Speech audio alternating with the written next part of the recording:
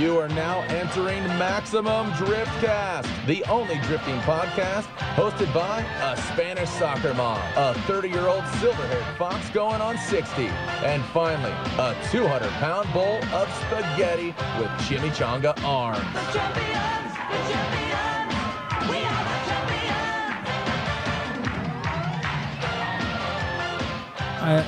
Is that song just constantly on repeat? Like, have you ever heard the whole song before? I've never heard the song before. I don't even know what that came from. So we tried doing our own intro, tried coming up with our own lyrics, and we did not have any technical difficulties before this. We had no audio technical difficulties.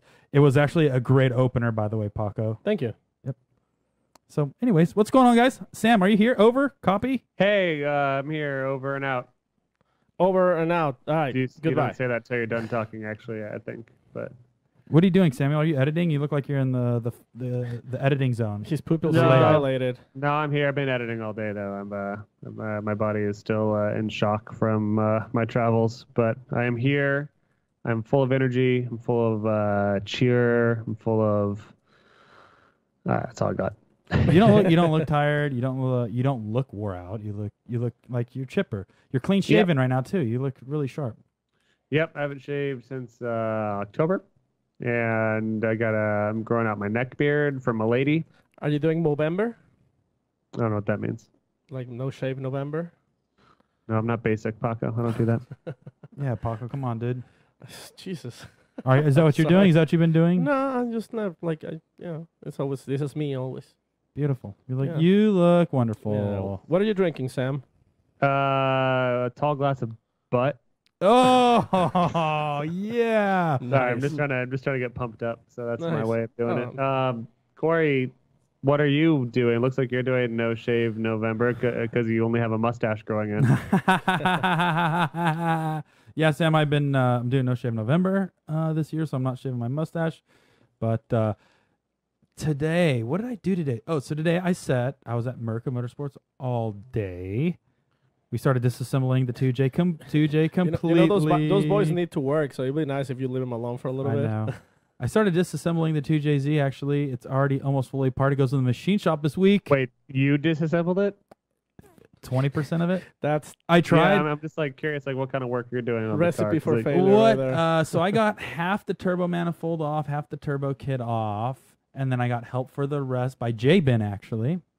And Sup, then I helped take off the intake manifold, the valve covers, all that. So I did quite a bit. I do 50% of it. I'm a 50er. So like I start the process to make it easier for the next other guy. people coming in, right? Got it. But yeah, so it goes to the machine shop this week. People were asking me, what am I doing to the build engine-wise?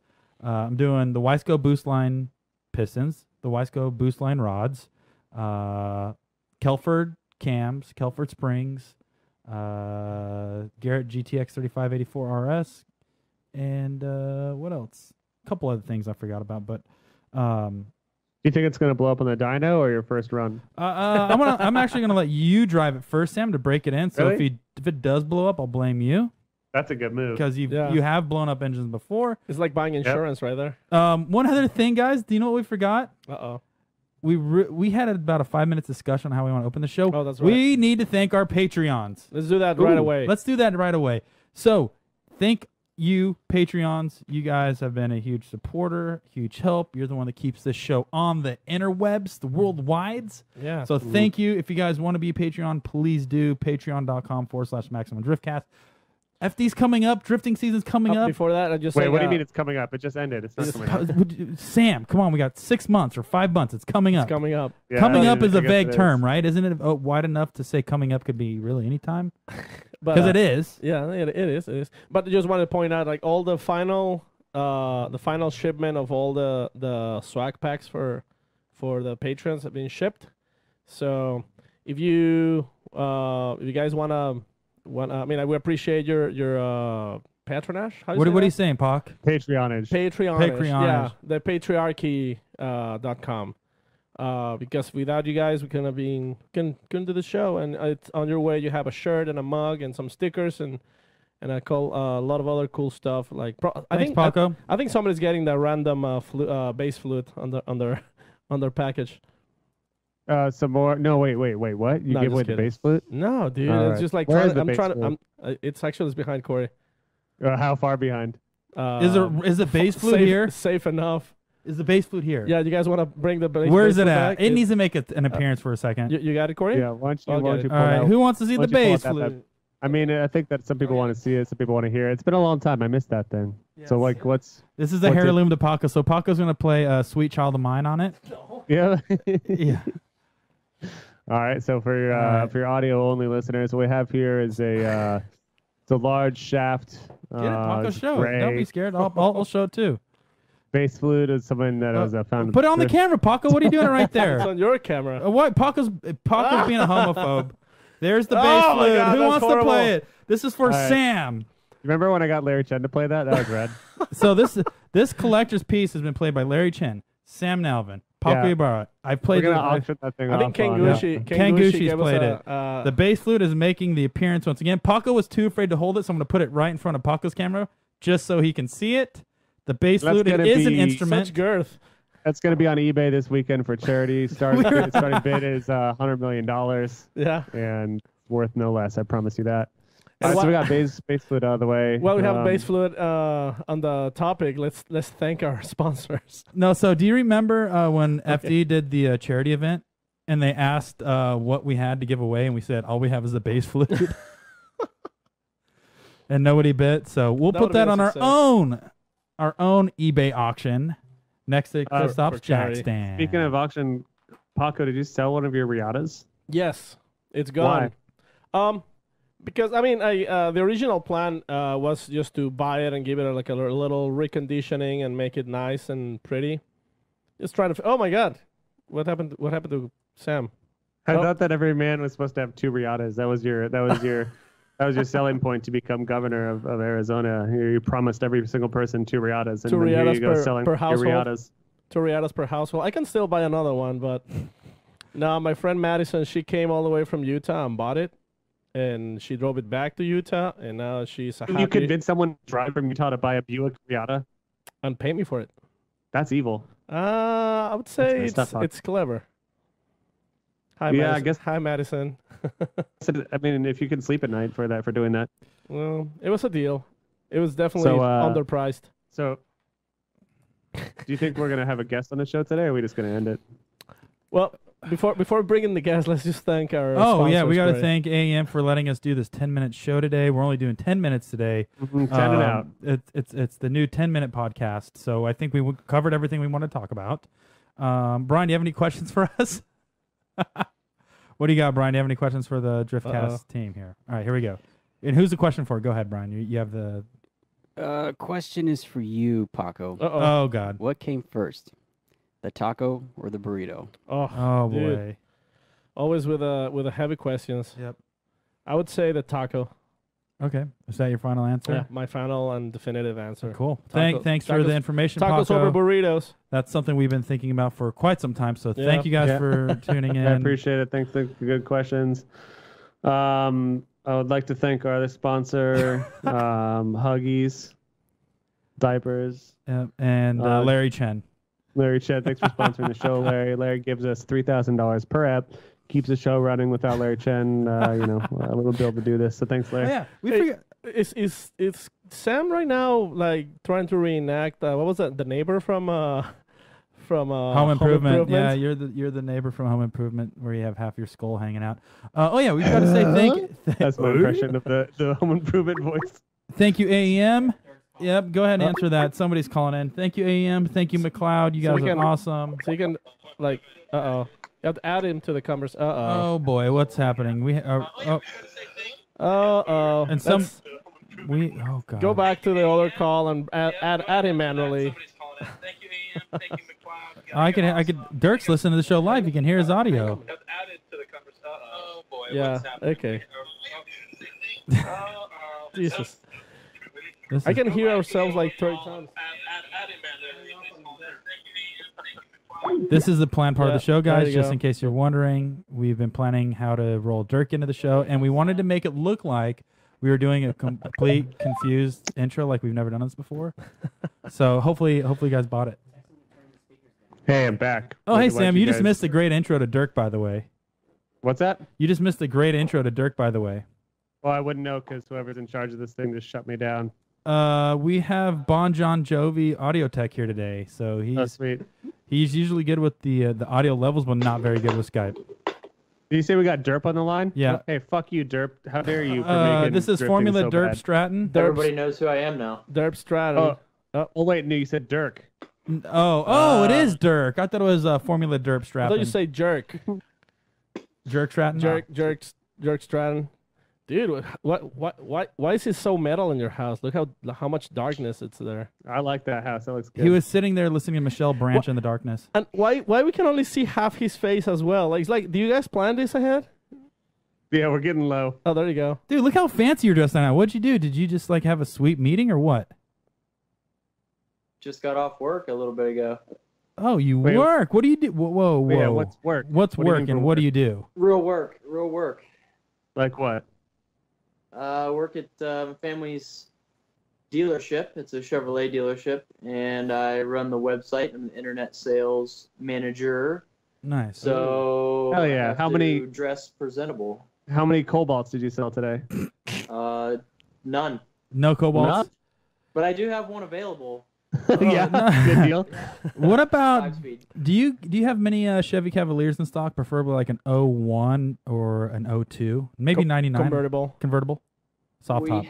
We had a couple 99s, But they go fast. oh yeah, I'm sure they're hard to keep on the They're lot. very fast cars for sure, especially the They're- Z24. They're quite, Woo! unfortunately, not a Z24. Ah, All right, lost so me. Let's hang up on this guy.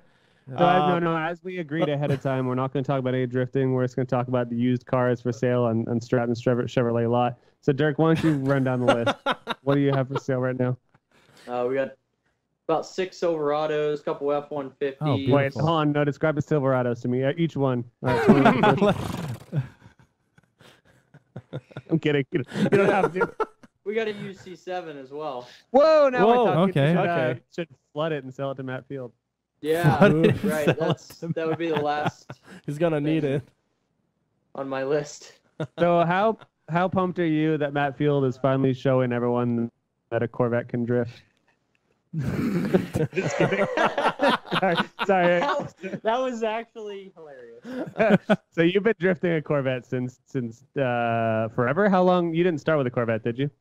I did not. No, I started with an S13 with an SR, and that was in late 2012. So my first drift event ever was 100 Drifters of December in West Virginia at Summit Point.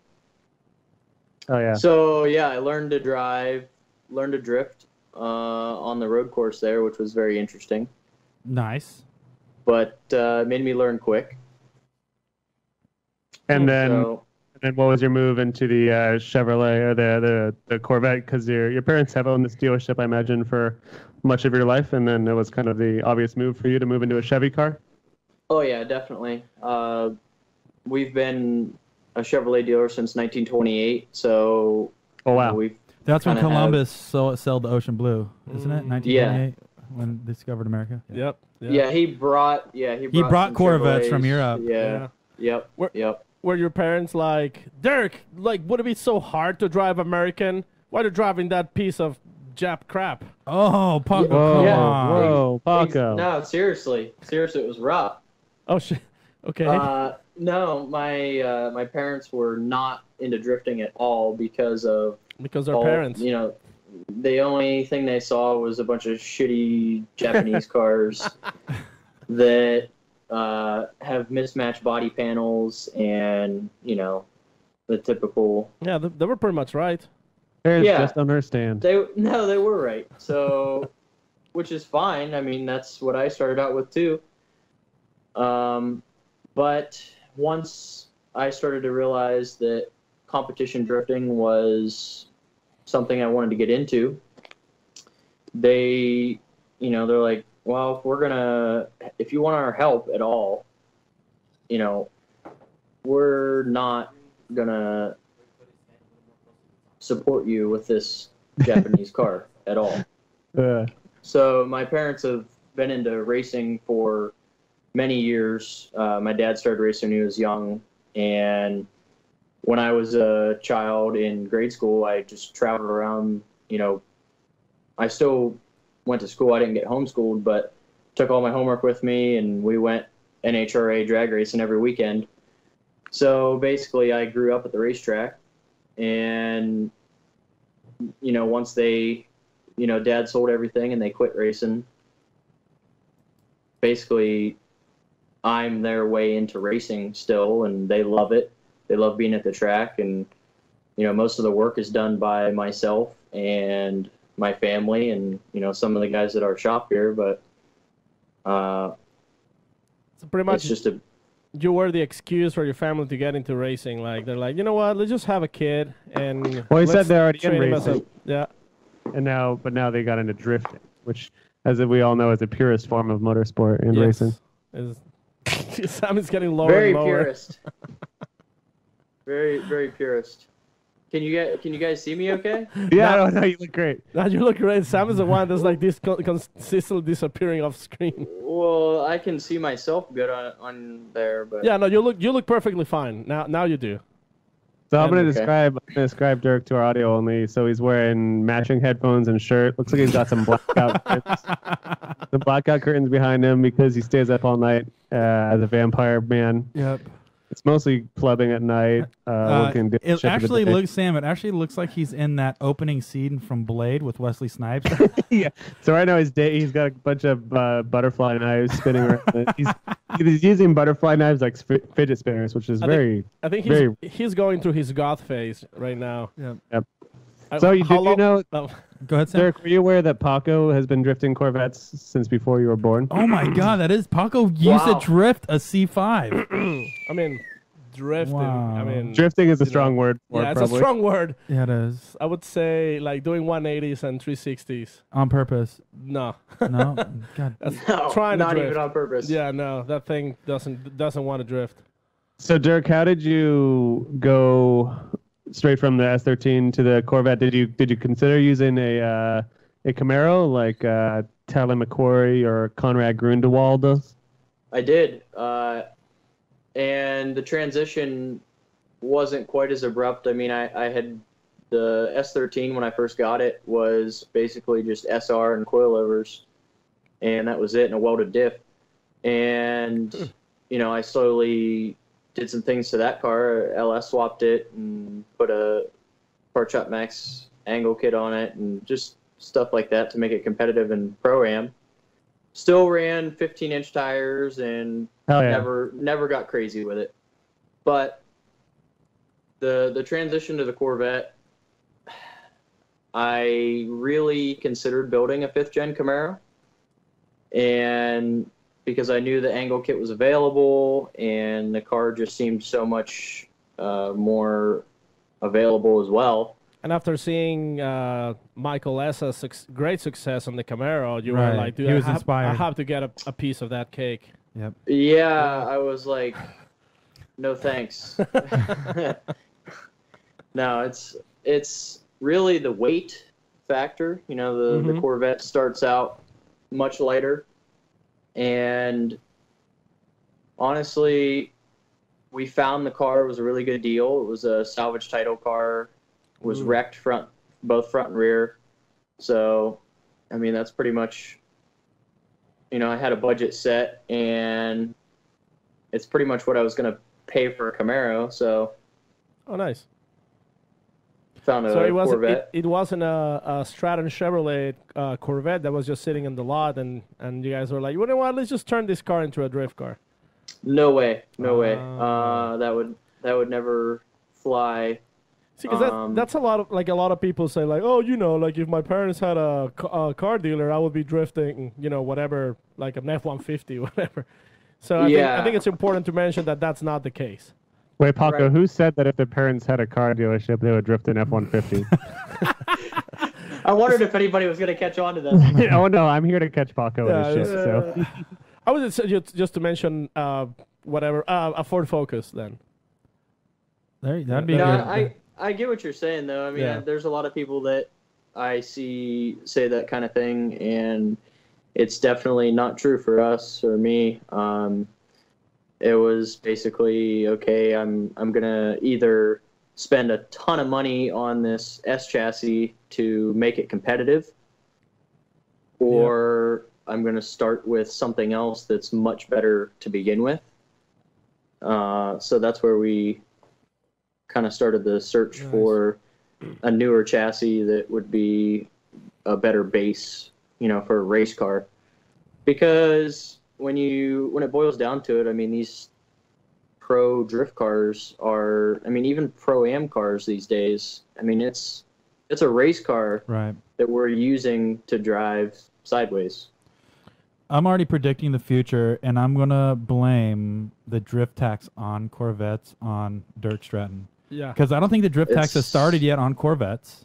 No. Matt, Field, he bought that Corvette. He said he paid like 12 for it, and it was like a salvage title. Flooded. And it's like, man, you see people selling S14s with a mildly built, like 1 or 2J. 1,200. 12,000. Holy shit. $12. $12 for a Corvette C6, but it was salvage. Obviously, once again, I don't think it's made that swing into drifting yet until now. Obviously, now it seems like everybody wants them. But 2 years, I can predict, and I could see this happening. Corvettes are going to get way more expensive for your drifting purposes, just like the 240s. It's going to be a matter of time. And the other thing you were talking about is it does make sense, right? The Camaro has a pretty big aftermarket, right? As far as like drift compatible parts. Like Megan Racing making angle kits. I don't. Well, there's so many companies now making it, but it's just like the angle kit. Was it the Blue 808 angle kit you were talking about for the Camaro? Yep.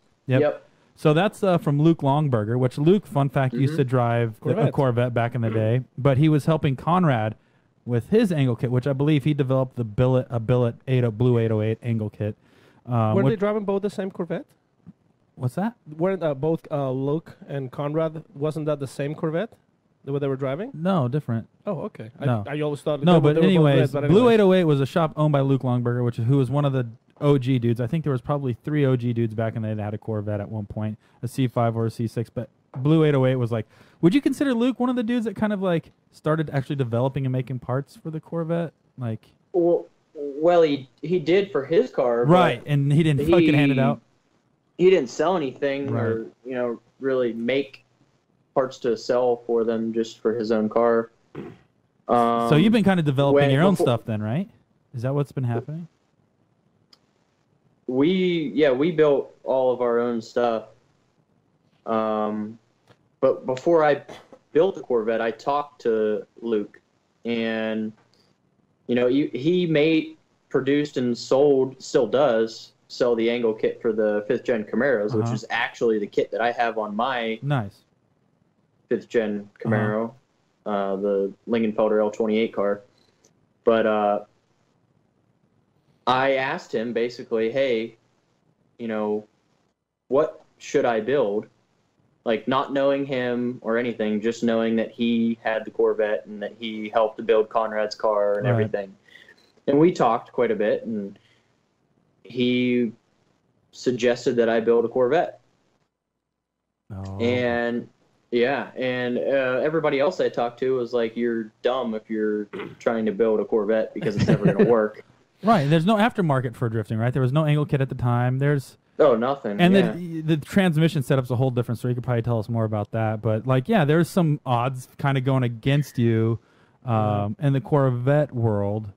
That was kind of like back in the day. It was once again, they ran the factory transmission most of the cars, from my understanding. Yeah, when I had my C5, just trying to look for coilovers, like the cheapest set of coilovers for a C5 were like $3,500. And it was like a FOT set. I can't remember the brand, but even for the rear, it was like a super expensive because Corvettes sit on a leaf spring. Actually, no, even for both front and rear, they sit on leaf springs, so it's an expensive conversion into coilovers, right? Well, yeah, front and rear's transverse leaf spring, so I don't know, to give you guys a picture, it goes from left to right. So the leaf spring, it's one spring for the front, one spring for the rear. And they are made out of fiberglass combination. Yeah. And it goes from the left control arm to the right control arm, essentially, and it attaches in the subframe in the center. But, yeah, I mean, back then there probably were not many companies making coilover conversions for them. Yeah. Hence they were super being expensive. able to charge whatever they want. The cool part is, even now there's quite a few companies that are making coilover kits for those cars, so it's becoming easier and easier to do that. And of course, Fortunato is what I use, and they work amazingly. You could say you are fortunate. Oh, I, Paco, what the? I'm one of the fortunate few. Why don't you leave the dad puns to me, please?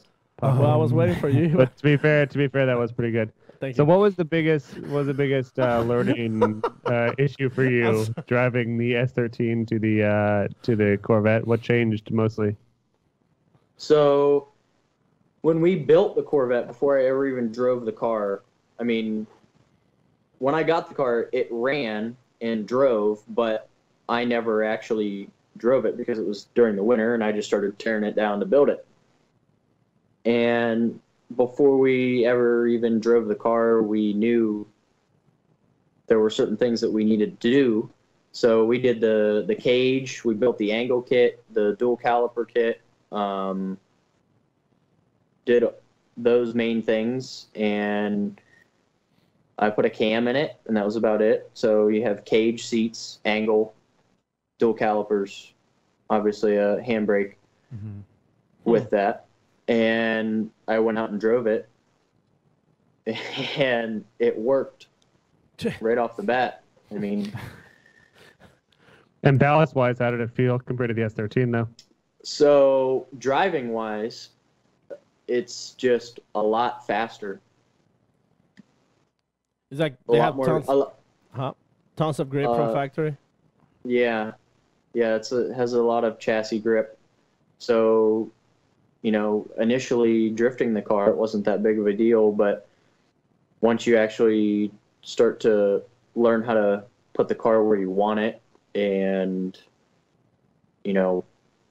timing when to do certain things and when not to, was a lot different. I mean, my 240 wasn't slow, but it wasn't fast either. It was, like I said, it was still on 15, 16-inch wheels.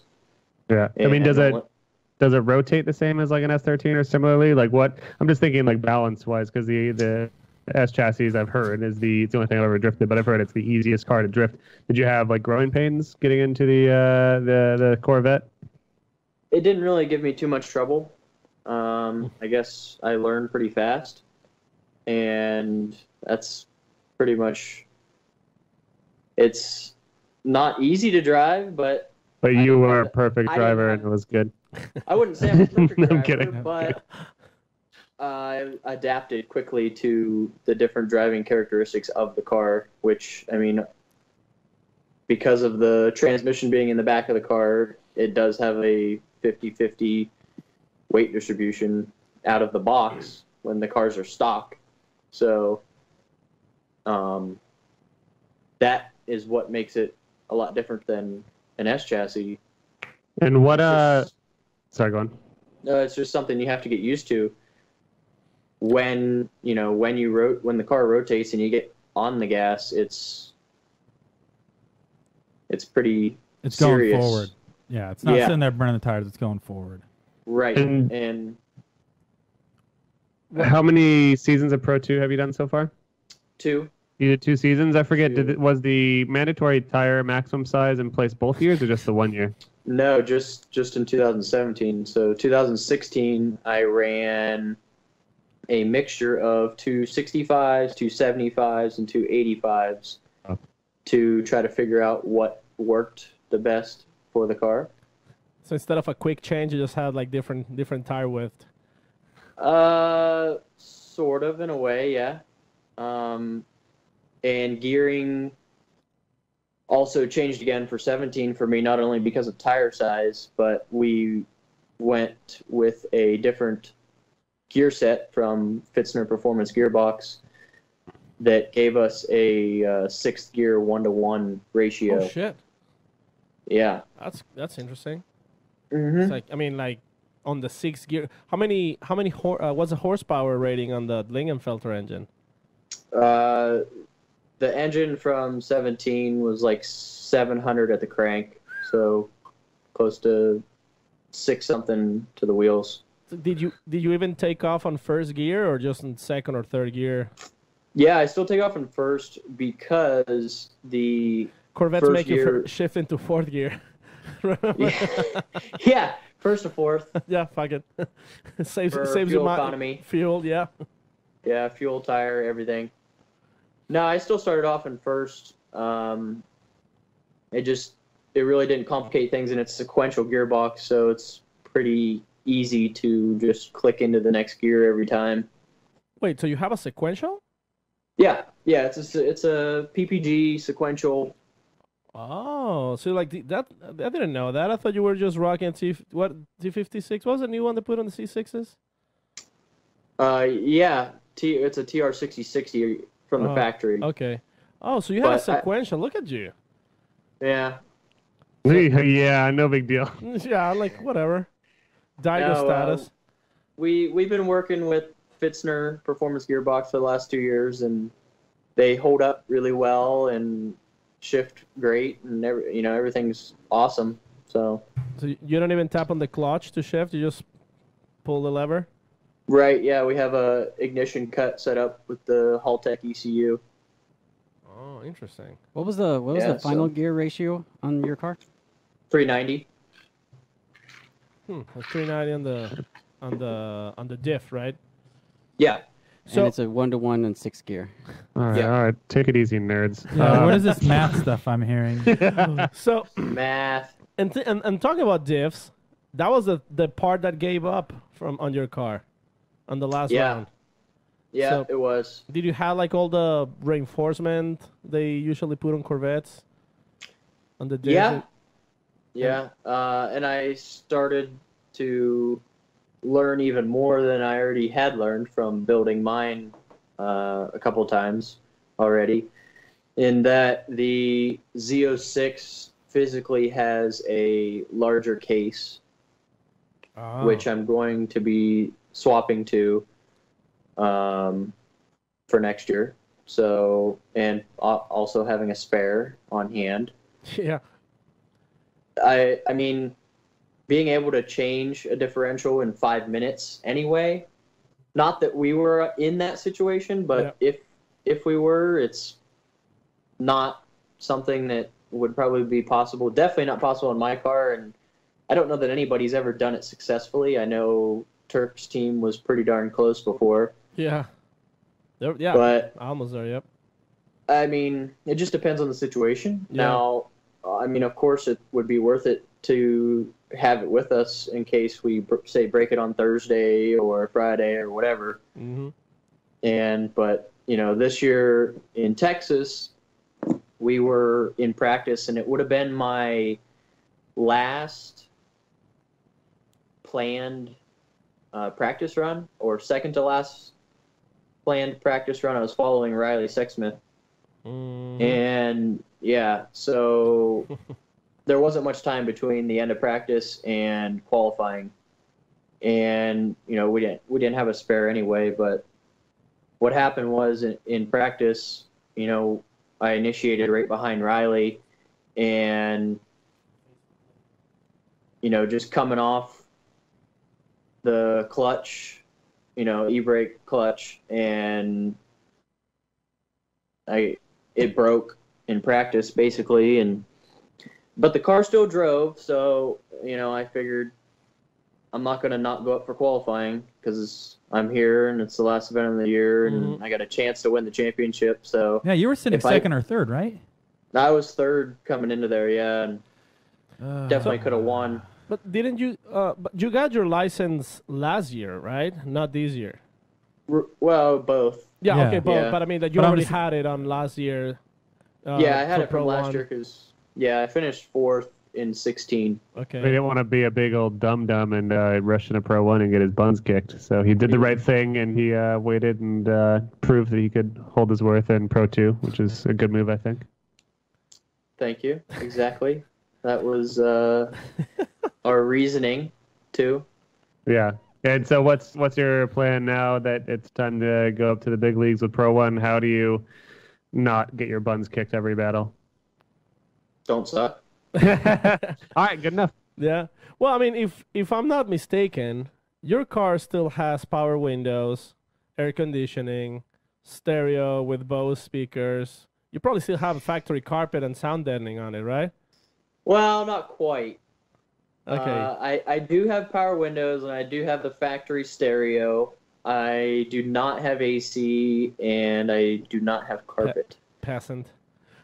Yeah, I know. I need to put that So carpet you back in okay. there. Well, but I mean, and don't get me wrong, I think having a stereo is kind of cool. Oh yeah, I But do you even run it during competition or anything, or sometimes I listen to it, when I'm waiting on Just grid wait. for a long time. That's a good or move. What going up. Yeah, what are you listening to what there? Celine Dion Well, album do you listen to? Yeah. Eagles? Yeah, mostly Celine. Yeah. Yeah. Michelle Branch, obviously.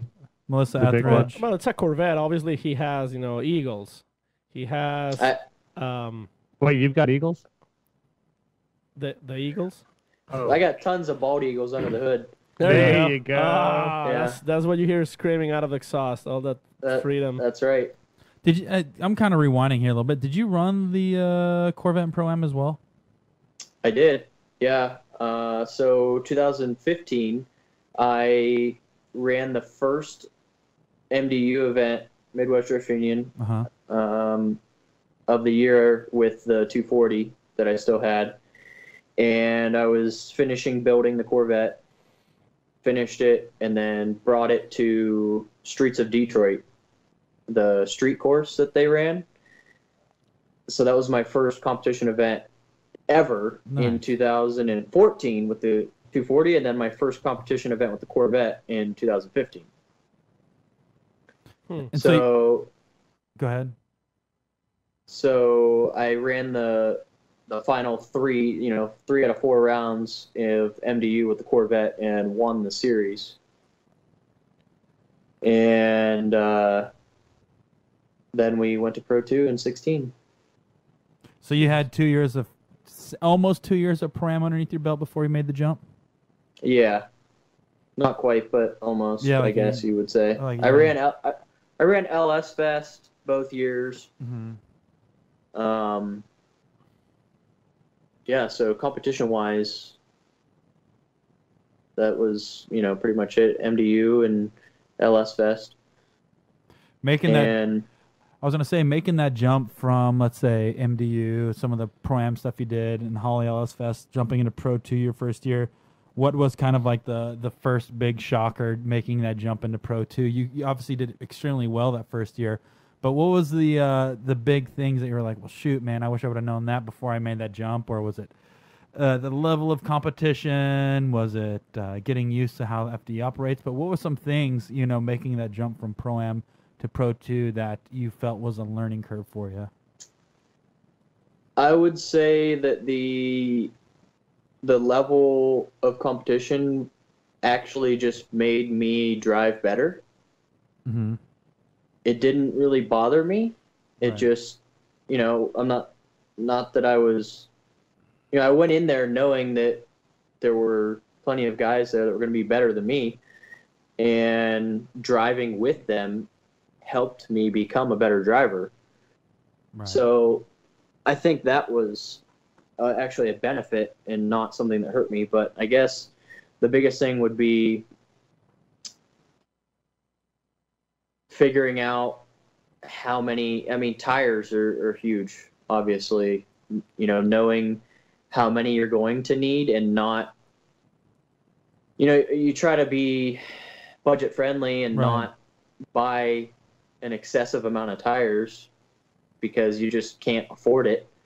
But at the same time, you don't want to restrict yourself of how much you can practice because you're not doing yourself any good by going clear to Arizona or wherever, for example, for me, because that's, 2,400 miles away or wherever, Right. and not be able to practice enough to get comfortable on the track. I guess that's one of the things. And making sure your crew, whoever that may be, is the best for you, and everybody kind of knows their place and what needs done, and how the whole system flows. But honestly, there was nothing huge that was like, wow, I wish I could have done that differently. I don't feel that way at all. I feel like everything that we learned was just by going, and we didn't really have any huge surprises of,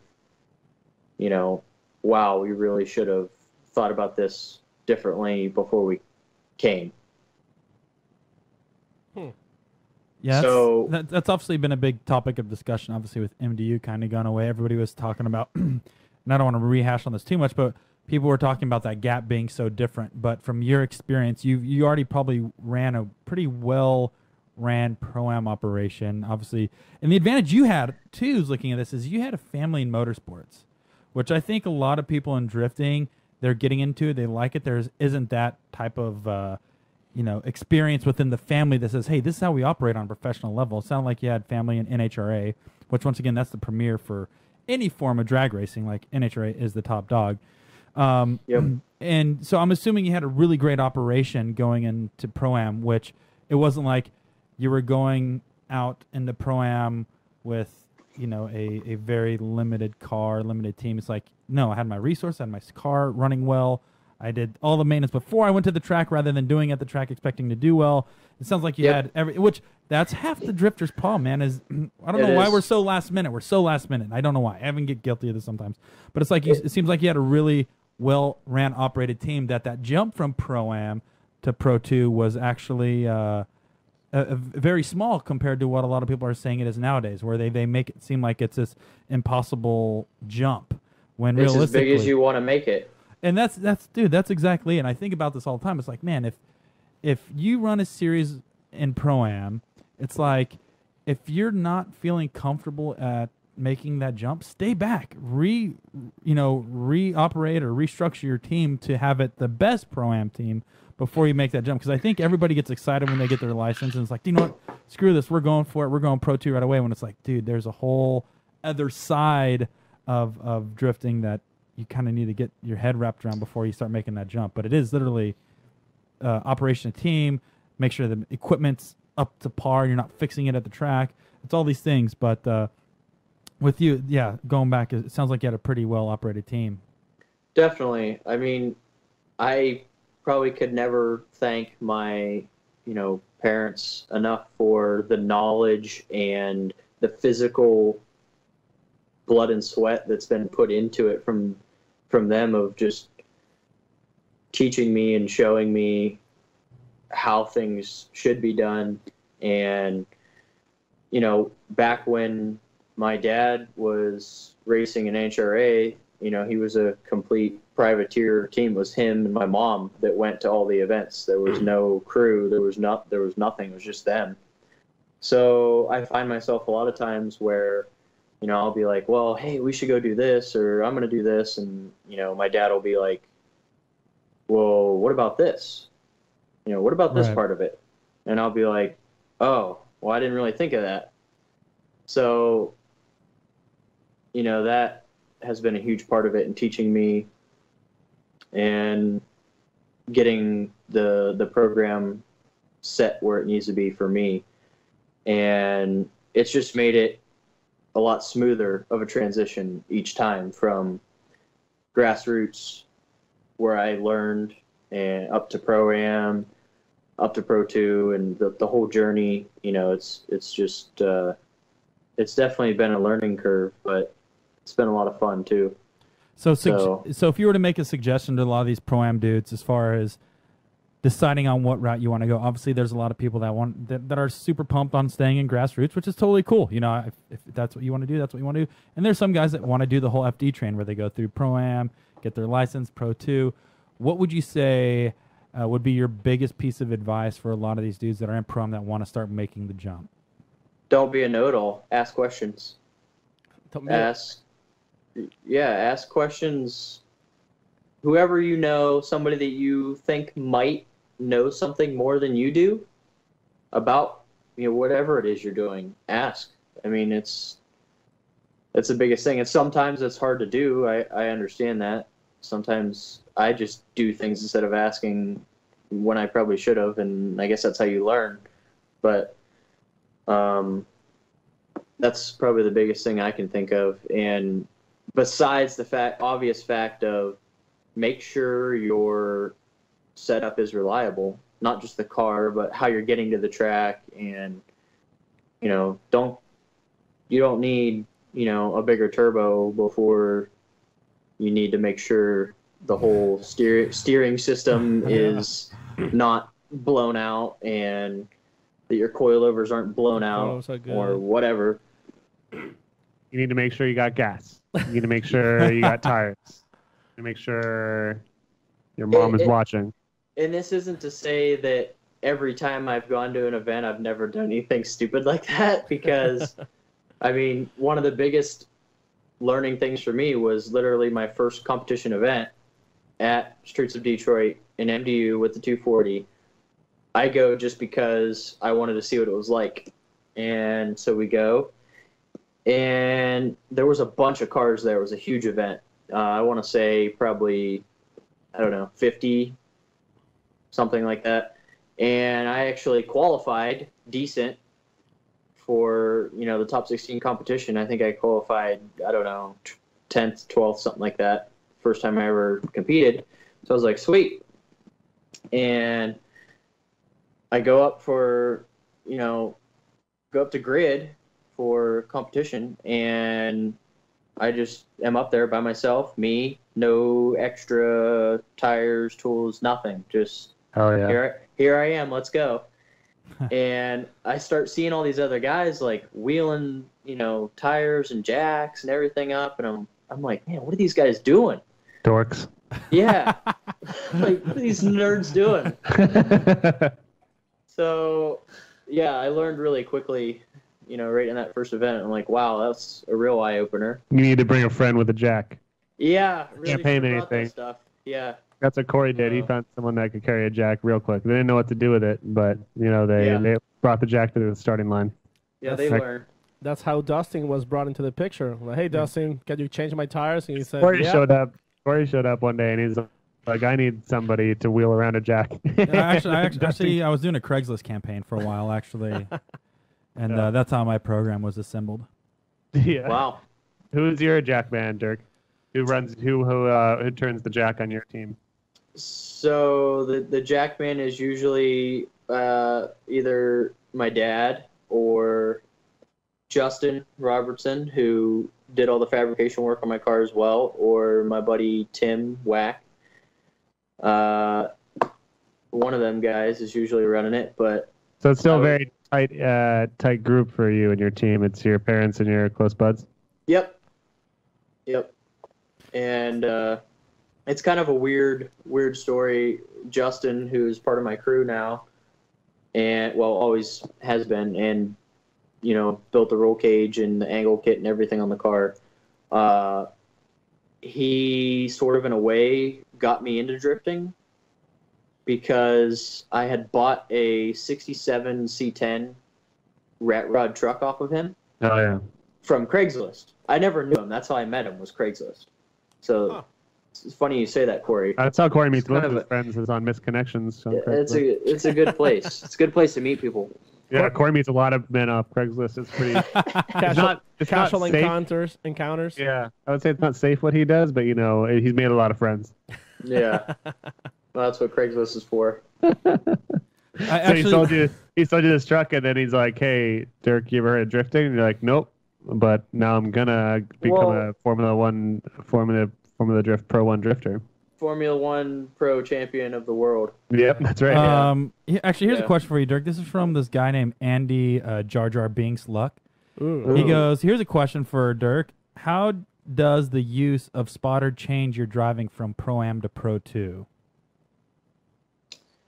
Okay, so a spotter? Is that Terrible question, Yeah. Andy Luck, by Okay. the way. Whoever this Andy Jar Jar Luck is. Andy Jar Jar Luck. Yeah, I've never heard of that name before. I know someone named Andy Luck, but it doesn't sound like him. So this guy sounds like a real. Yeah, it sounds like Andy Luck's the stunt double to Jabba the Butt. Any luck, Java, but it's just Star Yeah. Wars talk. I'm a huge Star You're Wars. just nerd. such a you know. nerd, Corey. Yeah, you got Chewbacca, Yeah. Jar Jar Sphincter. You know, Yeah, I mean, feel free to talk as much smack to this guy as you need to, Dirk, because obviously he's not anyone that can have any bearing on your future in Formula Drift. So I'd say screw this guy. You know, he sounds like a real dum-dum. So go ahead and say what you want. So how do you want to answer Andy's question? Because that was a great question. it is a good question. Yeah, it is. So I was going to get onto this as well, but I'm glad it was brought up first. So anyway, Oh, let's go back to Sam. Oh wait, Yeah, there he he's- goes. Dirk's there back. you go. We lost you for about 20 seconds, Dirk. whoa, darkroom? What's So- going on? There you go. So how did it change? Okay, so for me, actually getting into, I mean, the main reason that I got into Formula Drift Pro 2 anyway was because of Nick Swan. I mean, I met him at the first competition event ever, which was at Streets of Detroit, like we talked about, and he just kind of liked my driving style, liked my family, and just our whole thing. You know, he, I guess, wanted to see us again at another drift event, and you know, we had a blast because of the way they ran the event, and you know, he was just a super inviting, nice guy. There was no, you know, pressure. He invited us to LS Fest and went and did that event. And he judged me in MDU, you know, the year after that, and watched me drive since I started competing. So basically, he wanted to see me succeed, and we just worked well together, and he ended up, you know, being my spotter and really helping us out through Pro 2. And to get back to the original question, I know I did not have a spotter in Pro-Am. I don't know, you know, if that's a thing now, because pretty much when I was transitioning out of Pro-Am, I noticed a lot more teams did have spotters Right. than when, I guess, I started. I didn't really notice that much at all. So, you know, for me, going from no spotter to, you know, having the spotter, it definitely made a huge difference for me as far as qualifying well and being able to make adjustments from mistakes that I was making and not knowing that I was making mistakes. So, you know, having somebody that I know has been around drifting for a long time and seen a lot of different things, I guess it's nice to have that set of eyes on me, you know, criticizing me and really helping me learn what I need to change to do things better. And, you know, kind of the way we do things is, well, you know, that was really good, but, you know, here's what can be changed, and let's not get too drastic, but make little changes here and there. So it's definitely helpful for me. I wouldn't want to be in Formula Drift without a spotter, that's for sure. And I think and not, I don't know, I don't want this to be, you know, come off the wrong way, but Here we go.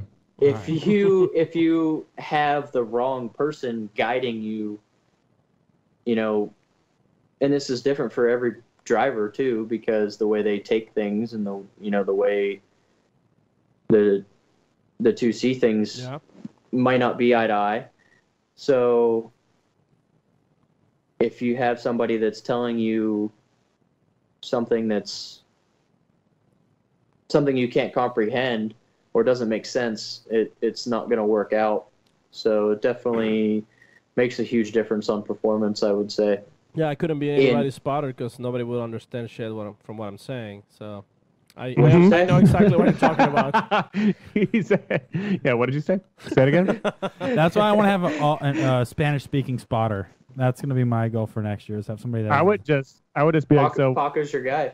Oh so yeah. let's say like Corey was driving and I was a spotter, which is what we're going to be doing in Forming the Drift Pro 3 next year. Right. So like Corey's going to be driving, the guy behind him's going to spin, and then I'm going to be like, all right, Corey, next run you're going to need to go 115%. Get on his door. You're gonna need to hit him. And I'm going to say, Sam, I just did 115%. Yep. And then we're going to lose, and then I'm going to blame it on him. We're going to fight. Yep. And we're going to have rough makeup hugs. Yep. And Steamy. And we would advanced based on that. Yeah. We would still get the win. Yeah. So Did you and Nick Swan share a room? Like, what sort of activities do you guys do to get closer as spotter, driver, or combo? I mean, we definitely hang out a lot at the track and at all the other events, but this year we've spent more time together for sure than ever. Ooh. Do you ever do like karaoke or like tandem skydiving or what? Not yet. Who's Right. Not a to big say that spoon? won't happen, but one of the things that an event we shared together this year that was quite exciting was he got to come out and hang out with us for a weekend and spend the night here, and It sounds lovely. oh, it was, yeah, we always have family, pool parties, hang out, grill. Oh, cool. Thanks for the hot- invite. yeah, Lots we're of hot out. dogs. We just figured out the Stratton Tons. family doesn't like Beautiful. us very much. Yeah. Yeah, that's Tons of pretty hot good. dogs. Oh. You guys are always welcome. I mean, Oh, thanks. we're here in Beloit, Ohio, out in the middle of the cornfields. It's a real good time. You're in Corey likes Ohio. to run. Corey likes to run backwards through cornfields. Yeah, that's how I'm able to bring a bunch of corn back for the rest of the crew. I just pictured that and it was beautiful. That's perfect. That's when you just start hearing. You get stuck.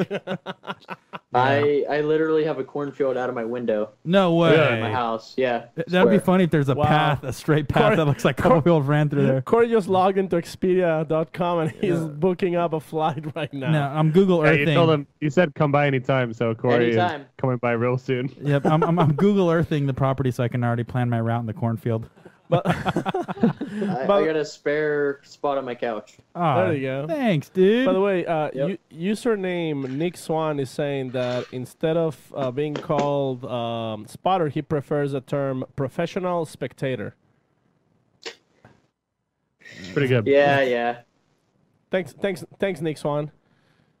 Brumps. Always watching. Yeah. So, He's watching you back. back to things that actually aren't retarded. What, No. do you have any plans to change your car for Pro 1, or are you just going to stay with the tried and true? I mean, you have the restriction on tire size taken away. How are you going to deal with that? Yeah, I mean, I don't think there's any reason to get drastic and make the car completely different than it was because it worked pretty good. And, I guess every time I drive it, I get better at it. So we are going to make some changes. There'll definitely be more power. Not a ridiculous amount because I don't believe that's necessary, but there will be more power, I think just an adequate enough to make the car work properly. Of course, we're going to put bigger tires on it. Let's get specific. How much power? How are you going to add it? How big a tires? If you want to share those things, you don't have to. But I'm actually not 100% sure yet. So, but the plan so far is just bigger cubic inch, naturally aspirated Really, you're gonna go NA next year? LS. Yeah. No more supercharge, huh? Well, that was kind of a plan, but we kind of all decided that we would rather stay NA if possible. So That's interesting. That's what we're working on. I think we're going to see a lot of swing, actually, a lot of drivers jumping that route because of weight, Less things Heat. to worry about. less moving parts. Yeah, you went through that process, Corey. yeah, What else? I mean, it's always There's a almost always lot of better to go for variables. Better. Oiling. Well, NA is almost always better. It just costs more, of course, to make more power. That's exactly it. Yeah. and that's why we were planning on going supercharged originally, because power for dollar was just better. Are you still doing Lingenfelter? Oh yes. Okay, of so I mean, course, it's very trusty engine builder. yes. So- That's another thing, just keeping everything very reliable, and we want it to run all year, of course. What'd your car weigh in at? So- 2,900. 2960. Yep. And that would put you on a So- 280, right? Yeah. Are you gonna So- be? Do you know the displacement? Are you running like an RHS block? Are you gonna be running an LS3 base block? Do you know what direction you're gonna go engine wise? Asking for a friend. Asking for Asking for a friend. There's a new block out now called the LSR by Competition Design. Okay. I think that's the name of the company. It's a new. There's not a whole lot of info out there on it, but it's supposed to be like an LSX iron block, but it's made from aluminum. I just googled the Oh. LSR So- competition design to see if I can find the block, and it redirected me to Lemon Party. Yeah, that sounds about right. Yeah. No, I mean- it's Lingenfelter, Skog and Dickey, maybe like Brian Tooley, something like that. They sell the blocks. So I don't know what cubic inch or anything like that yet. I'm going to leave that up to the geniuses over at Lingenfelter Performance, because those guys know exactly what to do and how to keep it the most reliable and still have enough power and make parts not impossible to get for it. So Right. based on what size you make things. So Asking for a friend, what heads did you run on your engine? Lingenfelter last year, or the whole time with the LS7 that Lingenfelter builds, is their own ported GM cast Okay. LS7 head. So that engine was LS7 block, LS7 heads, CNC ported by Lingenfelter GT21 cam, MSD atomic intake manifold, and 14-to-1 compression with Ignite 114. That sounds dope and all, but have you ever considered going SR swap or no? I had an SR once. It was a lot of fun, Yeah. except for that it got hot really quick.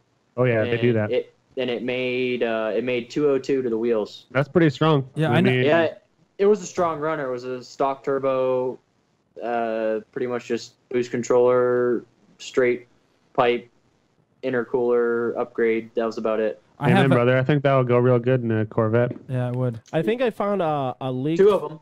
I think I found a leaked photo of what your car is gonna look next year. I think Brian has a photo. Oh, Big Balls. Do you have a picture Yeah, of it's Dirk's car for next year? Lingenfelter All right, let's see. powered vehicle right now. I don't know Let's if you see. Can't wait. can you see it on the. That's not bad. Yep. That's not a bad rig. It's a Lingenfelter Callaway Sledgehammer 1988 Corvette. Since Paco yeah. likes to abuse our audio listeners only, it's a silver, beautiful C4 Corvette, and the joke is that it's an older car. It's a I good can't. start. I want to Sam see it. I coming can't see it. Oh my God, Yeah. Sam's Yep. punch. Sam, thanks for the punchline, Sam. yeah, thank you. So here, let me break down the joke for you guys. All the That's best the jokes joke. are explained. What can I say? I'm on fire. The past few episodes, we've for some reason gotten on the topic of running the C4 Corvettes as badass cars. Have you considered making a party car of a C4 Corvette? Because that would be dope. Of And course. Lots of cocaine And and it's funny because I'm reading. Whoa! I'm reading. Yeah. That escalated He's quickly. a brand representative of Chevy, Paco. Show some respect. I'm reading the Facebook comments, and Logan goes, "It's a sledgehammer," like having to pull in dynamite. It's a sledgehammer. yeah, pretty much. Can you say that, Paco? It's a sledgehammer. Oh, you try. No, say it in your normal accent. Oh.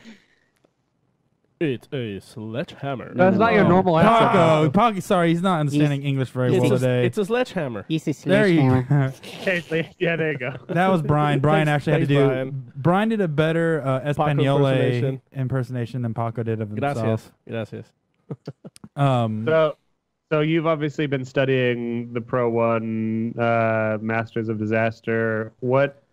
Who's your biggest threat? What are you expecting for your Pro One battles? What are you doing to train in the off season? Like, I just want to know what's it like there's not many of you guys Pro 2 to Pro 1. Like, and to be fair, it hasn't been wildly successful. And I think probably the most successful dude has been Helbrin, and he's done moderately well, but he hasn't done like extraordinarily well. How do you break that mold and become a Pro 2 dude that goes like top 10 Pro 1? What's your plan? I feel like getting to the top of Pro 1 definitely doesn't happen the first year competing in Pro 1, and it definitely takes a little bit of time to get acquainted with everyone and the level of driving for sure.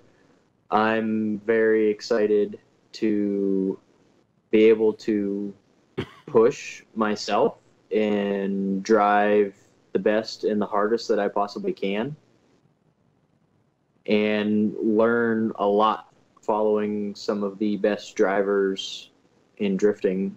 I guess probably most of the best drivers in drifting, not all of them, but I'm not really stressing out over it.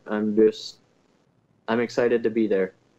I was looking for something like more specific, like yoga and like doing some like lifting some tree stumps or something in the forest. Like, do you have a montage planned? Or Yeah, so, how? I have an 89 Caprice that I'm going to drive really hard through the woods this winter. The Drift Caprice. That's my main training plan. So we're gonna jump it and drift it and do all sorts of crazy stuff in the snow with it. That gives you a lot of XP points. Here's It one. does. Well, hold on. All right, On the Pop. same topic. Yeah. On the same topic, who's your top 32 battle in Long Beach, and how's it going to go? Top 32 in Long Beach. Dirk versus the wall. Oh, Paco! God, why would you say that? Hey, You're jinxing him, dude. And Dirk Stratton gets the win. Oh, come on. All right. Thank you, Paco. Thanks. Oh, Hey, okay. Sam, can you break down that joke for me? All right, so what Paco is just doing right there is he made a joke that Dirk is going to have trouble with the wall in Long Beach because honestly it is a scary track, but it's very tasteless, Paco. So I appreciate it if you would show some respect. All right, so what was your question, Sam? Top 32 Long Beach. Who's it up against, and how does it go? We'll do some mental exercises here. It's probably going to be somebody like Matt Field. I was gonna say that. Damn it, you beat me No. to it. No. probably won't be Matt Field. Has he called you and, so- and asked what are you? the- how Hold to on. build- Sam, are the you don't take chances? away from his question because I want to I break know. this down. Go ahead. So. Yeah. Okay. So I mean, if you're going to qualify, Do you see yourself I'd at the say top of the second behind bracket, middle, or James the Dean. bottom of the bracket? Where do you see it? He's going to qualify second against James Dean. James Dean's number 1. Dirk number Yeah. 2. Corey's at bottom. I would say that Vaughn or Turk's gonna have like a bad run for one of them, and they're gonna be qualifying like 31st. So it's gonna be Dirk And versus Vaughn, probably. Yeah, bow tie Yeah. versus oval. What's Yeah. gonna go down? Which is great. I'd love to see that. Who Nice. knows? I would like to say that Vaughn will definitely drive straight up. So it doesn't hurt me. You're Very not gonna excited. drive straight up there. You're gonna drive like a bandit, and Yeah. T-bone. You're gonna go straight. Conrad. Well, I'm gonna use a lot of brake, and I'm gonna let him. He's gonna wheelie over top of me Yeah. because that's what those Mustangs do. They just Yeah. do wheelies. Your car's pretty much a mostly, ramp. So. Yeah. All right, Yeah. so- My car's shaped like a ramp. His car does wheelies. He's Yeah. gonna be. Yes. All right, so here I'm going to give a breakdown. I'm going to give 3 scenarios. All Mm-hmm. right, if you qualify top of the bracket, like top 5 of the bracket, you're going to be going against Kyle Moen in top 32. If you qualify the middle of the bracket, I see you going against middle of the bracket. You're going to be going against, I want to say, middle of the bracket. Who are we going to see June. there? Nope. You're going to see, June would probably do it, but I want to say possibly a Kaufman in the middle of the Oh bracket. yeah. And then if you're at the bottom of the bracket, it's going to be either Forsberg or James Dean. Those are my three guesses. I just remember something. Have you guys seen the movie Wanted? Wait, how do you spell that? W or J-U-A-N? Juantd. Wanted. Yeah, in that movie, actually, James McAvoy is driving a Mustang, and Angelina Jolie is driving a C4 Corvette, and they do that thing where like she becomes a ramp, and he goes over her, and he spins. And they scissor in mid-flight. That's cool. Thanks, Paco. Yeah. I'm gonna see. That's what I'm gonna see. What I'm gonna remember when we see Dirk and Vaughn driving. I'll post a link in the description. That's the thing too. Is like in Pro 2, you haven't really necessarily ran a course like Long Beach, and that's the thing is Long Beach is so unique that there's no other courses throughout the series, or even in testing, to get a course like that where it's literally wall to wall. How do you think you're going to be rolling into that particular track? And have you spent much time there at Long Beach? I'm sure I have not spent much time there. I've never been there for a drifting event. Whoa! You've never seen Long Beach Drift Course before? Well, I've seen it, but not in person. Oh boy, that's huge. Listen, I have gone there, Yeah. and physically looked at it, just not during. Never seen someone drive it though. Right, IRL. never seen anybody drive it, but I went there and looked at it. Last would have been 16 when I went to Irwindale, and I'm glad I did. Not this year, but the year before, just to watch, and went to the banquet and stuff, and got to go down to Long Beach and check it out. So glad I did that. But I'm actually not worried about it. I don't see where it'll be a huge deal. I mean, I know there's. Course isn't that crazy from what I understand. It's just the walls, of course. So you just don't have any margin for error. Right.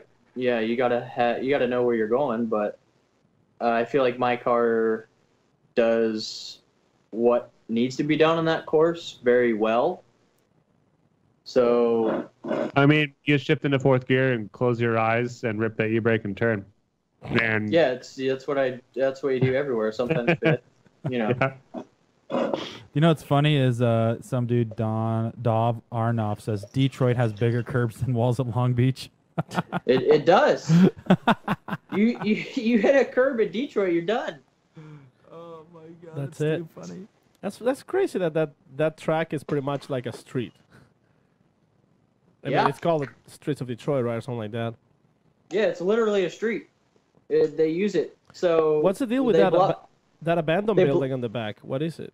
Oh, it's so cool. It was a train station Ah. years ago, and I don't know. They're kind of restoring it to be, I don't know what, some sort of community type of place. There's a park there, and they block off the streets and drift the event. And as soon as they take the barricades down, we're still loading up our cars. There's people driving down the street. Huh. Whoa! What do you pour into that cup? Huh? What's in that cup? This is a Pepsi. Little rum in there? It's actually Diet Dr. Pepper. Oh. Little rum and Dr. Pepper? Is that part of your strategy? Is to be on a strict diet and only eat diet foods? And Yes, I'm on a strict diet. Diet Dr. Under Pepper. Strict Diet Dr. Pepper, yeah, with Jack. Hey, Jack, buddy. Hey, there boom, he is. boom. Hit it, pop it, unlock it, and boom. There you go. It's very deceiving because I have a beer cup. Yeah, I see that. That It looks must like be... It looks like a protein shake. Have you ever gotten in trouble at work for that? Because his Thirstbuster cup looks like a beer on the outside. Someone- No, it works out because everybody knows it's a beer cup, so you can put whatever you want in it. And like beer. Yeah, and nobody will know. In high school, I used to get a Thirstbuster cup and fill it full of beer. And to be honest, there's probably better ways to sneak alcohol into your high school to get drunk during class, but I chose the beer and a Thirstbuster method. I got Wow. suspended from school once drinking a Jones soda out of a paper bag. You're doing the opposite of what I was doing, I pretty was- much. You're yeah. like, watch me, I'm a badass. Yeah. What is that, sir? It's Dr. Pepper. Yeah, I used to get Jones You're sodas in paper expelled. bags. Just, you know. I never drank in high school. And Look at you. Oh, that's because your mom's listening. Your mom would probably beat your butt if you. Yeah. told Mama's her. Strap. That's right. Wait, how old are you, Dirk? But that graduation party was pretty lit. Hey, How old are you, Dirk? Asking for a friend. 25. You old Oh enough my to party. God. That's right. It's old enough to party. So old enough for Coke, not old enough for meth. Coca-Cola. Is that how it goes? I don't know how. I don't know. I don't know how that goes. You tell me. Speaking of Coke, There you go, Paco. Go ahead. Good question, Pac. what about question. that old Jaguar that you posted the other day? Old Jawa? Is that like a Star Wars character, It's a Paco? shower. Jaguar? Yep. A Jaguar. Shower, a Jaguar with it. Oh, me? Yeah. No, well, me, dude. Oh, yeah, the XJ. Yeah. Yeah, so I'm kind of strange, and I like all sorts of weird cars. Welcome to my Oh, world. here we go. Yeah, we get along. Yeah. So I found this a 98 Jaguar XJ8. Jaguar. It's like uh, like reggae. Jaman, Jaguar. Jaguar. Yeah. Jaguar. Yeah, Gotcha. man. It's a cherry car. Yeah, that thing is sweet, dude. And you got the ride wheels and ride tires on it. Yeah, it's we got a little stance package going on. Yeah. So obviously it doesn't run and drive because it's a Jaguar. So what what are you planning to do with it? She runs out nice. What? It's a 4-liter dual overhead cam V8 that'll probably not start tomorrow. Now that I'm saying that it runs fine. But yeah, pretty much. No, it runs okay right now, but there's always room for improvement. Are you gonna drift Some it point in time. one day? Have you drifted? Donuts, burnouts. Not right now. Corey, who is Robert Hosford? I just saw that my dad is first time caller, first time listener. Bob Your dad, Hoss? Hey, your Dad. dad just said that Corey got kicked out of high school in the chat. See, Dirk, I should have took that same route you did by not mentioning anything because I know your mom's gonna. So I See? should take my own advice. It gets you in trouble. Do you know what's funny Corey, though? dude, Going back to my story, my dad actually did pick me up from school that day. He was. It's like, Yeah. you got kicked out of school, boy. Good job. God Corey, damn. did you actually get kicked out of high school? It was junior high. Yeah. What did you do? That's when I was drinking Jones soda out of a paper bag like it was beer. You get kicked out for that? Yeah. Just trying to be the cool kid. Yeah, you know what I mean? I'm just flossing, walking around the hall, you know what I mean? Trying to show Yeah. off. I didn't know that one. That's good. I was acting crunked, and you know what I mean? You just got to turn up. And No yeah. pump that your dad is here and called you I out. can't believe that. That's awesome. I should have him on the show. We should bring Papa Wheelie to the show. See, we should do a parents episode where it's like, Yeah, we should do an all parents episode. oh my Okay, god. so are we gonna Paco, have a does one of translator? your parents only speak Spanish? He speaks English, but it's kind of rough. Oh, so it's just like you. That's perfect. Rougher than you or no? Oh, the big time. Okay, so we have my mom, Corey's dad, and our mom, and then Paco's parent that barely speaks English, and they'll be so good. Because for people who don't know, Sam's mom is also his dad.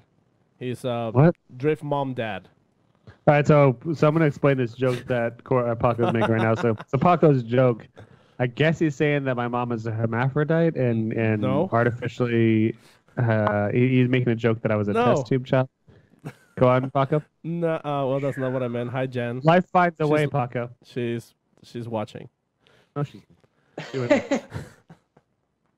I told her to tune away today because Dirk is a mom stealer. with those earbuds and those good looks, are those carbon fiber headphones, dude? Yeah. Let's here. There My you go. God, Damn. beautiful. What's the brand? Yeah, those are like You're wearing it wrong, dude. There you go. they're fake eBay Oh, carbon. fake eBay. Yeah. Oh, thank you, Big Carbon. Cool. Way to really pimp your sponsors there, Dirk. So my dad, Well- hey guys, real quick, I have to break this news to you. In the chat, Uh-oh. my dad just told me he's not my biological father. Wow. Okay, first of all, Oh, boy. I don't believe it because it's like like he definitely poop you. You're definitely his turd. Sorry, Corey. This must be. This Corey, is a this very must be tough shocking. episode, guys.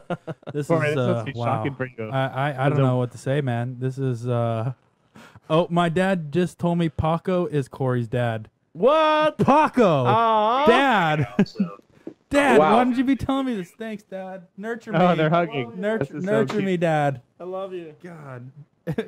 You're gonna have to change my diaper when I get older. Oh my for you. God, Paco, come on, dude, get it together. It's not like you I haven't done it mean, before. He Paco, means that he needs to change his diaper because Paco's one of those man baby people that goes on Craigslist and asks people to change his diaper. Oh my God. That's very disturbing. All right. Do you guys want to hit the old Actually, Instagram questions for Dirk? Get more questions? Before we go there. oh. Yeah. Before we go there. Yeah. So Dirk, you saw Daigo going backwards at Ebisu this weekend, right? Into the tire wall? Yeah. Yeah, that's right. Yeah. Yeah. Oh, yeah. Well, obviously he didn't do that on his C6 Corvette. You've seen his build, right? Yep. You saw what he's planning to do on his diff? Yeah, that's the HGK setup that Sergey Kabargan ran that HGK developed with the Samsonus transmission and the quick change rear end, that deal. Yeah. Have you thought of going quick change as well? Oh, yeah, I've thought of it. Well, hold on. Let's put it. Hold on. Before you go there, I'm sure you know the cost of that system. What does that setup I cost? do. Somewhere north of 20. Yeah, I've heard it's anywhere from 25 to 30 grand. Probably for that more setup. like 30 grand brand new. You could Yeah. buy a brand new Honda Accord for that much. Why even spend that on a race car? You know. Well, when racing is life, I guess. You know. Yeah, because okay, so if we can go back to that photo real quick, so that's the Samsona sequential transmission, which I mean probably very expensive, and you see it's like a very solid piece of aluminum. It looks very very compact, which is in the rear next to the diff. But what's crazy is that Winter's quick change is upside down. Yep. So They have a oil pump. so it has an oil feed pump it. to keep those gears lubricated. Uh-huh. But when you put a differential upside down, it makes the wheels turn backwards. So are those diffs can you just swap the side of the crown on the other side or something to make them spin the right way, or is that custom build? That just makes me believe that this is even more expensive than one would think, because It's like re-engineering the whole rear end. because if you turn a differential upside down, it'll turn backwards. You know what I'm saying? It'll go you'll have 6 gears in reverse. Here, Brian, can you switch the camera to me so I can show people There you me go. thinking? All right, so this. So that's goes Cordy down thinking, doing and the then math. You can see over. the formulas in the background. Oh yeah, that makes sense, Paco. This is a really good Yeah. question. Paco. I don't Back to know you. about that part of it. I just know, I mean, I have nothing bad to say about anything that HGK builds. Everything they do is absolutely. amazing. I love Kristaps' cars, both. I wish you just would have said I love Kristaps. I do. I do. You better No. do. No, what's funny is that my mom has a crush on Kristaps. Oh, Whose mom doesn't miss a It's- con- Latvian it's lover. hilarious. I don't It's- blame her. The Latvian She lo- lovers she knocking loves them him. down. Yeah, no, they just build, everything they do is pretty amazing. Yeah, I agree. And I have a lot of respect for that because they build their own cars, they build all their own parts, and they're cool guys. If I had the budget necessary, I'd order their whole catalog of parts for C6s. But have Yeah, you, so do you Corvette dudes really talk to each other? Has Matt Field called you up? Have you called Kristaps, and have you guys all communicated, or are you guys all kind of Berlin Wall here and don't talk to each other or communicate? because we know We've Corvette people give each other the Corvette wave. When they drive by and they see each other. Oh yeah, And they wear. Hold on, I want to see denim- Dirk give the denim salute shorts. just so I can see what his Corvette wave looks show like. us what's your Corvette wave. What's your Corvette hand signal when you see another one pass by? There you go. Oh, you just give a 2-finger salute. I get Two-finger the- salute. It was more like a pope. He was like I blessing get the, everybody. it's like a. Corey, do you want to do our Corvette wave that we do to each other when we were driving Corvettes? Yeah, for sure. What was yours? Oh yeah. Oh, And then I would go this way, and I would open it up and look inside. Oh my God. That's really nice. That's when that's when you just really link with somebody know when you what's going connect. on. Yeah, When you really that's- dock with another man. Yeah, but you the have to Corvette hold. You have to drivers hold dock the with each other. steering wheel with the knees, so you can actually keep driving No, straight. that's usually the third hangout with the Corvette owner is we give him the wink and that lets him know to go in for the handshake. But back to my question before Paco rudely interrupted. Do you Corvette drivers, do you communicated? Do you guys talk about your setup? Do you guys talk about builds, or are you all kind of silent? No, definitely. I guess originally I talked to Kristaps before I even drove my car when we were still building it, because I knew they were building the other car for Cabargan at the same time. So we kind of talked some, and I didn't ask really crazy detailed questions for obvious reasons, because it's kind of, I don't know it's kind of rude, I guess. Yeah, Corey does it all the time, but I understand what you mean. No, But, sorry, I was just no, laughing. I was laughing at the fact because you said Cabargan. I'm like, that could be your next sales pitch when somebody comes and be like, you know what, this car's used, and I'll give you a Cabargan on it. Hey! We'll give you guys a Cabargan. Sorry for You my said rude it better. interruption. sorry. The Cabargan. Yeah, we'll give you the best Cabargan vet you can ever get your hands on, boys. Come on in to Stratton Chevrolet. I'm Stratton Chevrolet, 166, Bing, bing, bing, number 5, number bing, 5, bing, 166, Bing, number 5, bing, number bing, 5, bing, bing. on, okay, whatever. Stratton Avenue. Wow, Sorry. you should really have Chevrolet. Paco make a commercial for you guys. It's going well. That was actually, Sounds I perfect. learned that from Nobody will know what he's saying, so it'll be fine. well, actually, They'll just come. They'll like it. we learned that from Jared when we were at Grid Life. Every time, like, oh, now he comes, Dirk Stratton on the Corvette. If you're in what city is Stratton Chevrolet at? Dirk? Beloit, Ohio. Yeah, he says, if you're in Beloit, Ohio, stop by Stratton Beloit. Chevrolet. Come get yourself a new Chevy. Get yourself You hear me? an Evian, Spark. The Stratton Chevrolet brought to you by, Jared doing his thing. I would rather He see nailed you. it. No, Paco, keep going. You have 20 more seconds. Hold on. I want to see Paco do a Stratton Chevrolet commercial, but he's like, and everything's here is American made. And All right, Paco, start to finish. You got 22 second spot. All right. Time on you. Corey, 3, 2, 1. Let's jam. Go. Give me a banjo background, Cordy. Ding ding ding ding ding ding ding ding ding Welcome ding to ding ding Stratton ding, Chevrolet ding, in Loyal, ding, Ohio. ding, If ding, you're ding, driving ding, around ding, the bow, town, you bow, better bing, come bing, get a bing, Stratton bing, Chevrolet and grab yourself a Chevrolet Spark. Grab yourself a brand new Chevrolet Corvette. And it's powered by an LS engine. ding, ding, It's ding, Stratton ding, Chevrolet. ding, Jesus, you guys are too loud. ding, ding, ding, This, ding. I'm sorry. Okay, stop. These banjos are too loud. Can't do this. I'm sorry. I quit. An insane amount of banjo. The commercial was awful. Well, how bad do you want to buy a levels- Hey, how bad do you want to buy a Corvette now, Sam? Don't laugh at it. The levels of that commercial were very off. The banjos were. I think there was 2 banjos dueling. It was They a were dual louder banjo. than the announcer. Well, what it does, it's more of a subliminal message. You get hypnotized by the banjo and the bass. Oh, I should have played the bass flute instead of the banjo. But Yeah. it hypnotizes you so you hear the background, and that's what makes you want to buy a Stratton Chevrolet Corvette. Bella, Ohio. Stratton Chevrolet. Nice. Bye. That's good. All right, let's get to you go. the Graham questions here, All boys. right, Graham questions. Let's see. Does anyone have them pulled up yet? No, because we were doing Stratton Chevrolet commercials. But you're gonna get back to that one. Hey, do you Make think a your mom and dad commercial would here. hire us for anything? What'd you What ask was them? that? Do you think your mom or dad would hire us for anything, any type of work up there? Corey's looking for some money. But we worked for it. I'll have to think about that. Yeah, let us know if you have any positions open. You have to take all 3 of us, though, and you can't just take one. So it's all 3 or none. Yeah. Yeah. Yep. Oh, yeah. Okay. All right. Well, maybe we can start. Have you guys ever seen those silly commercials that some like Florida used car dealership does with a bunch of clowns that? Whoa! You calling us clowns? We're man? listening. Hey, Jeffrey Well- Schaefer just called Paco out and says you got to pronounce Beloit correctly first. Beloit. Is that how you say it? Beloit? Well, there's a story about that. How the town of Beloit got its name. Here we go. Let's get it. That's Let's gonna be get my into it. first son's name. Somebody bought The a ton year of was bologna. 1786. It was. So Fourscore. there were some Indians that were crossing through, and they were going across a natural bridge, and one of them had to go a big number 2. Oh boy. What?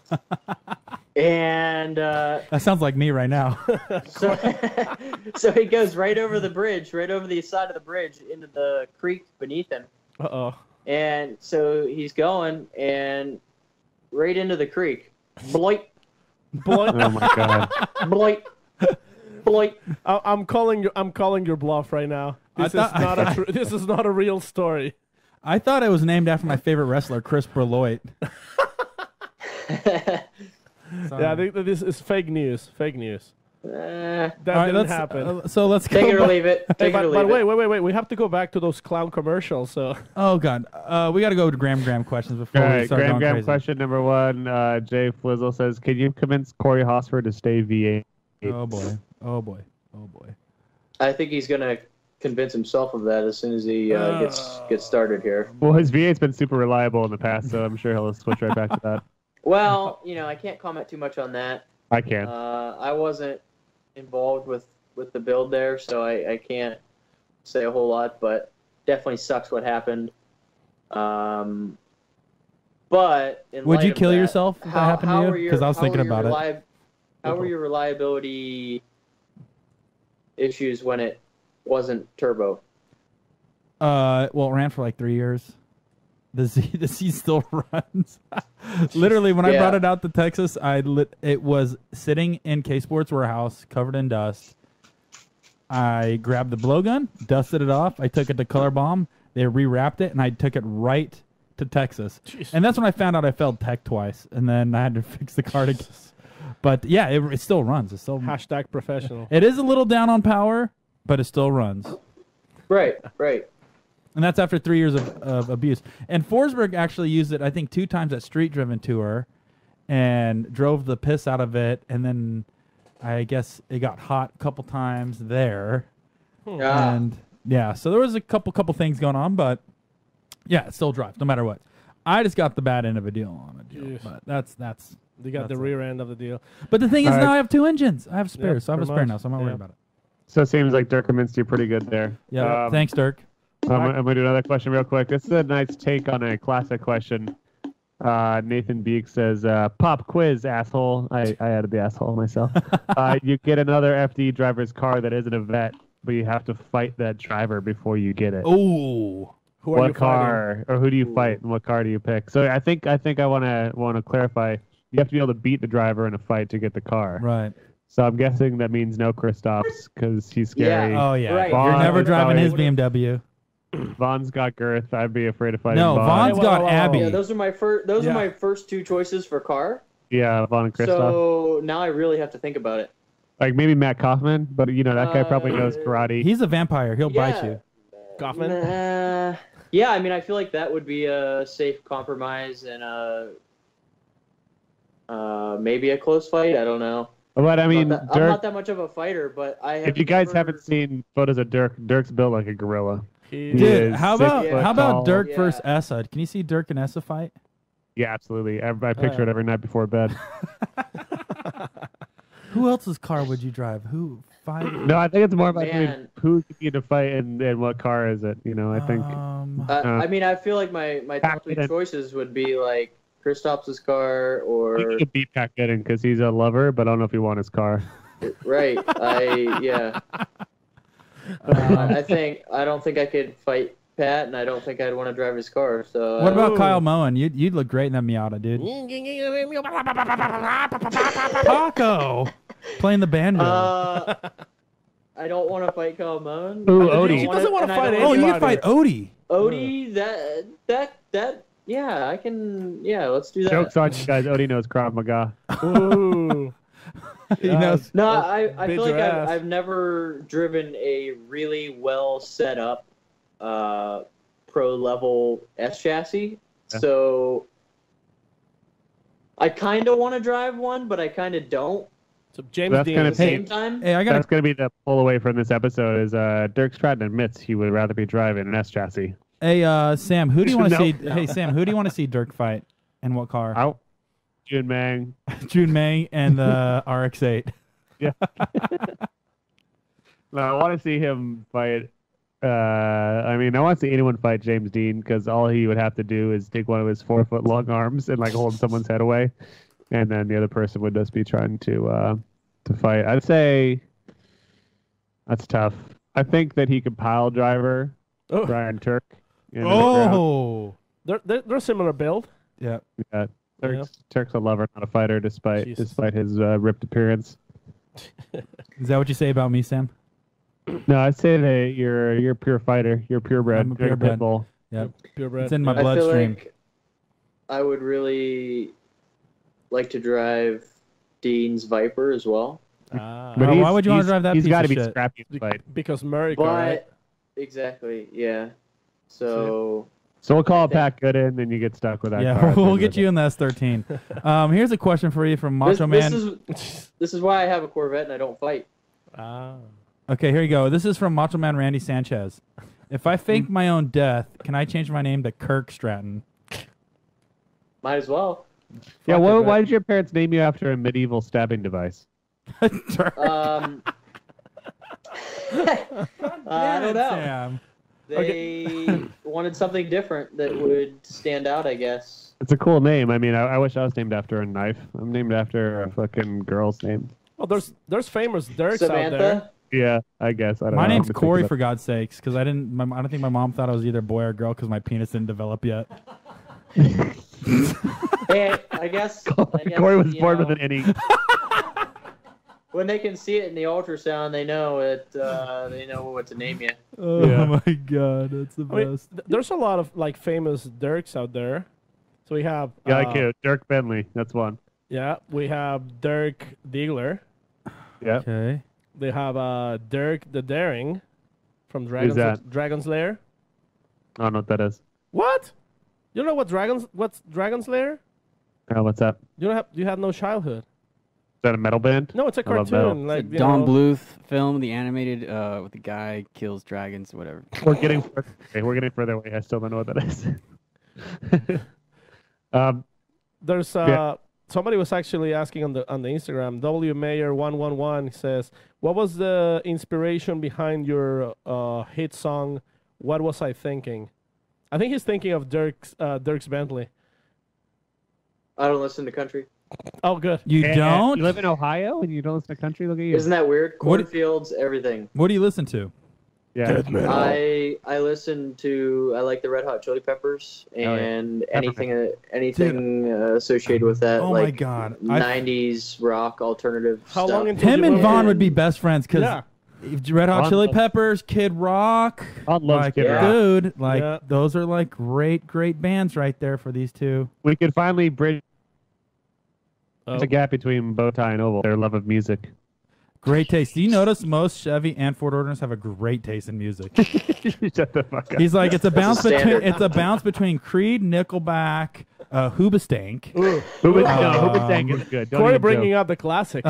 Who else? Bon John Jovi Bon John Joni and Definitely the, and Five Finger Death Punch. Ooh. and Hootie. Don't forget about Hootie. Hootie and the Going Blowfish. to blow my fish. Yep. All right, here's a question from Peter.clip. Camaro or Firebird? Ooh. Firebird, obviously. It's The answer is Fire- Camaro. What? Get out of here. Outta here. I've got two Camaros and I got bow ties on my underwear. So. Are those Camaros bitchin' Camaros? No, actually, Camaros. when you say bow ties in your underwear, you mean brown stains, right? In the Cold shapes brown, of cold bow brown. ties. All right, here's a question. This is from Trace Taylor. When selecting jean shorts, do you prefer Lee or Levi's? That's good. Jean shorts, Levi's for sure. What? That's a good move. Dude, Yeah. Isn't that These Corvette jokes, man. Dale Earnhardt Jr.? Is it Lee or Levi's? Either one. I think he was. Wrangler. Oh, Wrangler. There you go. So that was the right Yeah. question because he's That's first choice. Chevy guy right there. Yeah, Wranglers. This is from Huckett Media. Have you ever approached Chevy Performance with your program? If so, were they on board with your program? Also, how many pairs of board shorts do you own? That's a lot of questions. Yes, I have. Yep.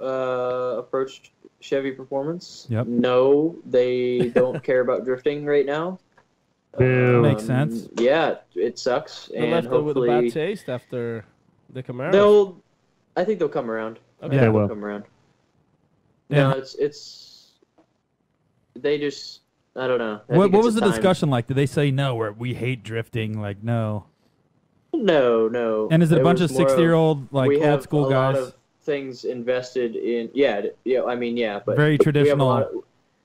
We have a lot invested in NASCAR and NHRA and IndyCar and in the COPO program and just everything. We can't all afford the, to give you all the stuff that are booming, $50,000. all the forms of motorsports that are just booming right now. Right. And NASCAR, highest numbers I've ever seen. NHRA Yeah. booming. 8 NHRA top fuel cars. Boom, it's growing. What else? I- Copo Boom, it's Camaro, they probably exploding. sold 8 of them. I'll Boom, tell what's you next? What's growing? Yeah, I don't know. Paco, get your head out of the gutter, Yeah, dude. dude. Oh my god. I mean, I guess the So say ultimate goal drifting. is, of course, to get Chevrolet involved. And I mean, we are huge, fans of Chevrolets and have been, partners in dealership with Chevrolet Yeah. Well, since 1928. So Yeah, well, I mean, it is. I didn't very bold realize of you were to that say old. You'll look shut pretty down young. your dealership. Yeah, you look They pretty don't young for sponsor being you. born in 1928. I mean, you already have Lingenfelter involved, and I mean, obviously, he's a pretty big and heavy name in the industry. Big Yeah, and yeah, heavy. the good part is that Lingenfelter has a really close relationship with GM.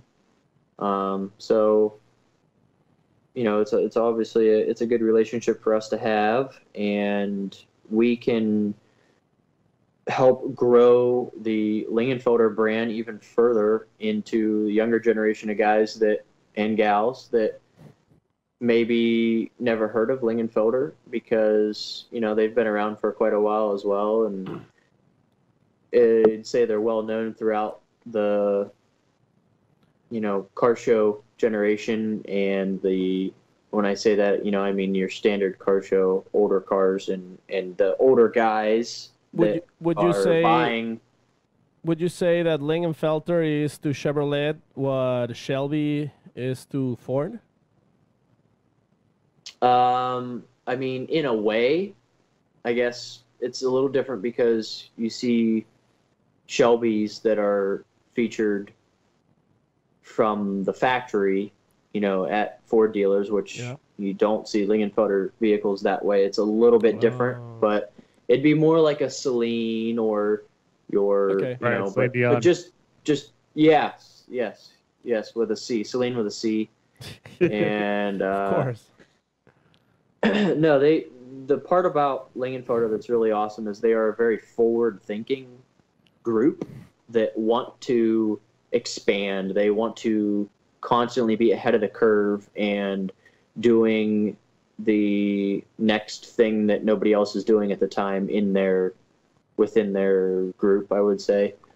They always want to have the newest parts and development of engines and current vehicles. So, they do a lot with the new LT series stuff, new Camaros, new Corvettes, new trucks. So Oh, that's where they kind of get their good relationship with General Motors is, yeah. You have a question? Okay, Corey. Question. This is from Ikatani61. That was the same I was asking. I think. Okay. How are you promoting yourself as a driver? Are you becoming a vlogger sorts, or what things are you doing to promote yourself? That's exactly what I was gonna vlogger. ask.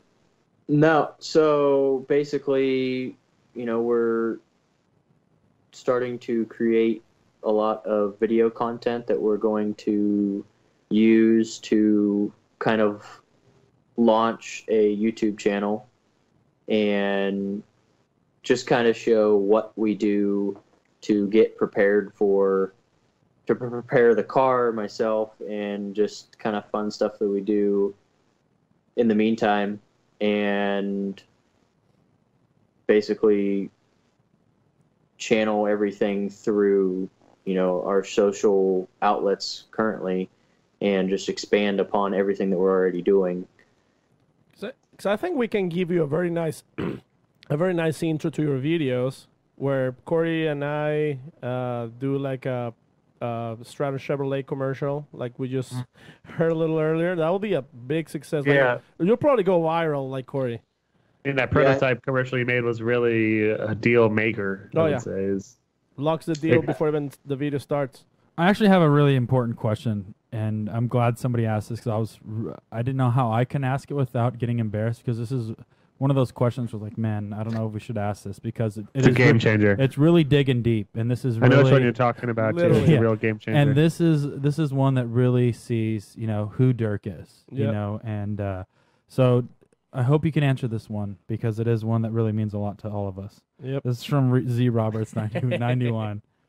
How many hot dogs can you fit in your mouth at once? At once.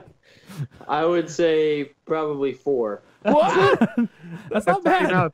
That's not bad. I was expecting that's average. more, actually. That's average. Yeah. Oh, we talking like Hebrew National? We talking Oscar Mayer? What are we going with here? Yeah. Are you going with Big Zoo Dogs? Big Zoo. I mean, I was picturing Oscar Myers, but yeah, you know, you guys use your imagination. 4. Ooh, 4 sideways or 4 straight in and out?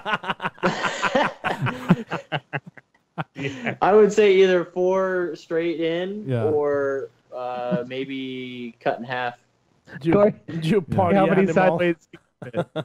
Yeah, you're getting a lot of great compliments in the chat, by the way. They're saying confirmed 4 is the perfect amount. So I think you really pleased the crowd. So I don't know if you've been training for that type of question, but you did wonderful. So I'm glad you answered that, Dirk. That was a natural answer. I would say that Dirk has a very supple mouth, so I think 4 is a good number.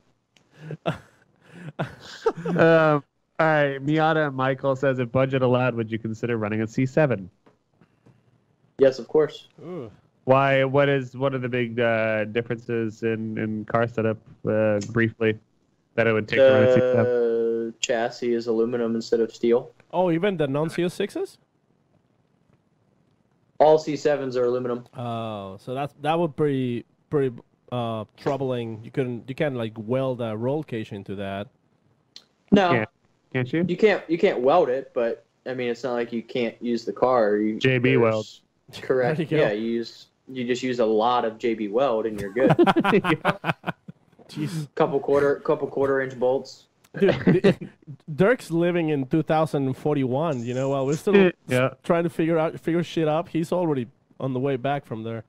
Look, I don't know how to weld, but JB weld, you don't need to learn how to weld. Just squeeze that tube. Yeah. Corey's good at We've developed a special welding unit that will weld aluminum to steel. Wait, what? So okay, I'm mind blown right here. Is that really a thing? I'm gonna burn you hard if that's not true. That's a thing. I know about that. Aluminum weld aluminum straight into metal? Really? No, but it really worked on getting you going. Hell. Well, that's Paco's typical builds, though. Yeah, that's standard. Don't give Paco any bad ideas because he's probably going to do them all. Sick burn, Derek. I could tell you a story about Paco when you're doing the NASA event and I wake up in the morning and you're drilling a hole through the van door. Did you say the Nazi event, Corey? No, the NASA. Oh. When I was roommates with Paco, I'm sleeping and my bedroom was right next to the garage. And this is like 7 in the morning. And I start hearing 7 in the morning. I'm like, what the fuck is Paco doing up in the garage already? So I get up, I walk out there, and Paco's drilling holes through his doors to put hood pins through them to keep the door closed. Yeah. And then like the top part of the door was still flapping against the window, so he grabbed duct tape and wrapped the duct tape around the top part of the door so it stayed flush. Sound deadening. Master fabricator. Yeah. So all these ideas that you have, Paco will do. So if you give him JB Weld, I guarantee you next full FD build, Paco's gonna have JB Weld all over it. I heard about it in Maximum Driftcast. All right, next Must question. be true. Next question. It's not really a question. It's more of a statement from Pat Gentile. He says Jenkos or GTFO. Ooh. Oh. I just want to get that out there. Yep. I agree. Do you think Dirk is going to replace Odie in front of me, so it's going to be Dirk and Field? Yep. Yeah, we've talked about that a lot. Vet Bros. Kicking Ode man out. Do you know what? Bet- If you, I bet bet if you go bros. up to Odie and be like, Odie, do you know what? Sorry, dude, you're not cut anymore. You're not Matt's frenemies. And he'd be like, sorry, man, I didn't mean to have your spot for so long, and then he would leave. No, I don't know. We might be able to work on something. I don't know. Okay. Oh, actually, here we're going to Facebook real quick because Brooks Yeah, we've got Church. some Facebookers. Instagram's about well so covered Brooks there. Church, he is Mr. the Rowdy infamous himself. leader of Team Rowdy, which we love seeing them in Atlanta. And By the way, hopefully- he's an enemy. He drives a Mustang. he does drive a Mustang, Yeah. but he just goes. Taco, we're all friends here. Serious question: can I come to Stratton Chevrolet and test drive all the cars from my YouTube channel's first video, while looking as American as possible, listening to Born in the USA? Good question, Brooks.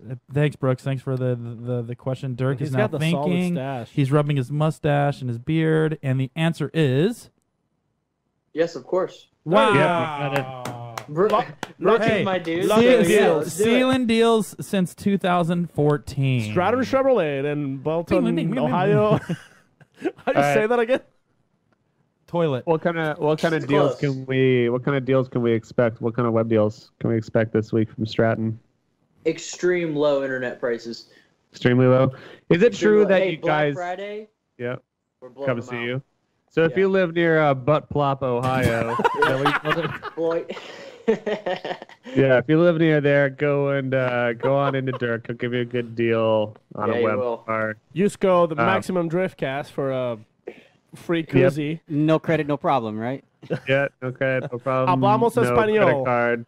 All you have to do is bring in $30,000 unmarked, That's it. unsequential cash, and you can get a 1999 Cobalt. I think they're still Cavaliers. Hold back on. then. I don't remember. I have Yeah. actually. This is. I got a question from Hot Dog Smuggler 44. Ooh. He goes, "What is the craziest car that has ever been traded in at Stratton Chevrolet?"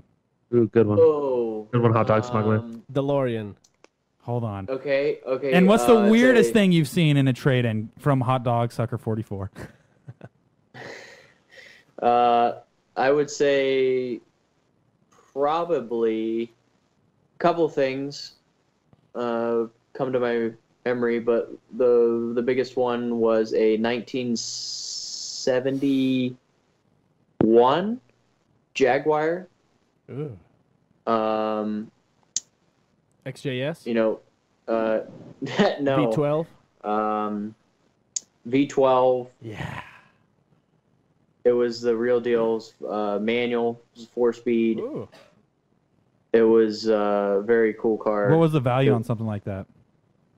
$500. No, that car was worth probably, I don't know, this was a while ago. It's probably 20, 30 grand, something like that. Tim No. Wack says Wait, he said two C5Z. cars. Oh. Do you know Tim Wack? Yeah, that's one of my tire jack. He says he's seen a Guys. C5Z be traded in. C5? Like Corvette? Yeah, that's not a crazy car, but yeah. So that was my first Corvette. CO6? Yeah, it was a C5Z06. It was Ah. also a salvage title car, Whack. and I was an idiot and sold it. Don't be an idiot, man. What have you found in a trade-in? Have you found anything worth keeping or anything? that's Oh, like, whoa? most memorable was a 2007 Cobalt that we got at an auction, Yeah. Okay, Now we're talking. good. and it had a very small bag of weed in the glove box. What? Little bag. So you won both ways. Did you sell the car and the weed? That was a blazing deal. That was a smoking deal. Taco with the coke. I'm sorry, I'm on fire, man. This Jack Daniels is finally. Yeah, we sold the car. As a drug smuggler. I wouldn't expect a Cobalt to have that in that. You know, it just doesn't seem like... Okay. Well, this was a black 2-door with 17-inch wheels, and it was stick shift. Oh, Big wheels. I would see back. So Typical. picture that now. Typical Big stoner wheels. car. Yeah. I don't know if Jason Clark is trying to one-up you, but man, Jason Clark in the chat's like, I work at a body shop, and we have to clean out cars before they leave, and we found anal beads in one last week. Yeah. Yeah, Jason. And he says it was a blue Subaru STI in Venice. Wow. Wow. That's so weird. That's what Sam drives. So weird. Joke's on you because those weren't in the car; they're in my butt. Oh I think- man. What you don't know is that the car was traded with Sam in it. Yeah. All right. Oh man. I think that covers the Yeah, questions. that was a great That last question. was- Wow, are we really finishing with that? Yeah, that's perfect. Dirk, do you guys have more questions for Dirk before Actually, we I was- let him fill up his This is a Thirstbuster cup this with is actual actually beer? a question for both Corey and Sam. Okay, what's up? Yeah. It's particularly Sam because, as we know, Sam has this condition where he can't really say somebody's name correctly. Okay. So he just yeah, and obviously Dirk Stratton. It's like it seems like it's very easy to come up with good names. Okay. Like, so, Sam, what's your best misinterpretation of Dirk Stratton's name? I would say it's gonna be dirt string home. Dirk string tits. Corey, I think Paco's got a better one. what's yours, Paco? No, I'm the last one. I'm the one asking the question, Corey. If I have to come up with a new name for Dirk, that sounds. I don't want to say the one that I've always said. I think I told Dirk already at Grid Life, so he knows which one I'm going with. Oh yeah, what are you going with? Well, I'm Go going ahead. for Corey first.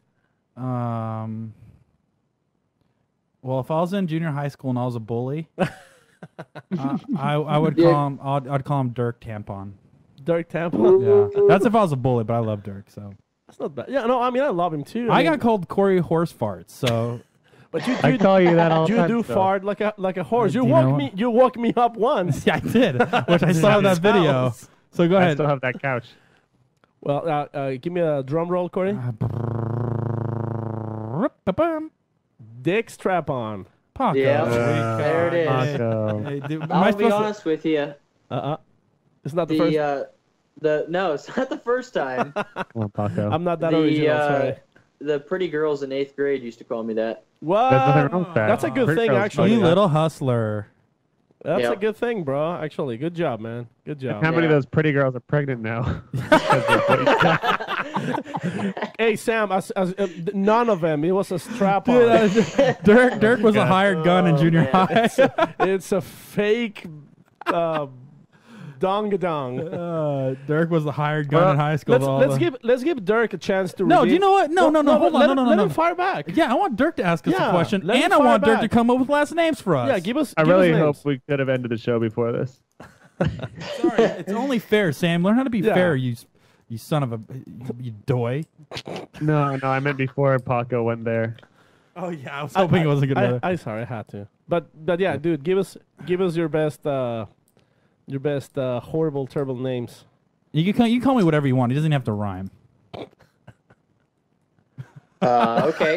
So We who got- am we got- I starting with? You can start with Uh, Paco first yeah. because Or- he's the rude Corey's is one. the easiest, I think. Taco burrito. Oh my! Oh, I'm so that's good. offended. He's making fun of your Mexican culture. Good answer. Hashtag Like it, triggered. like it.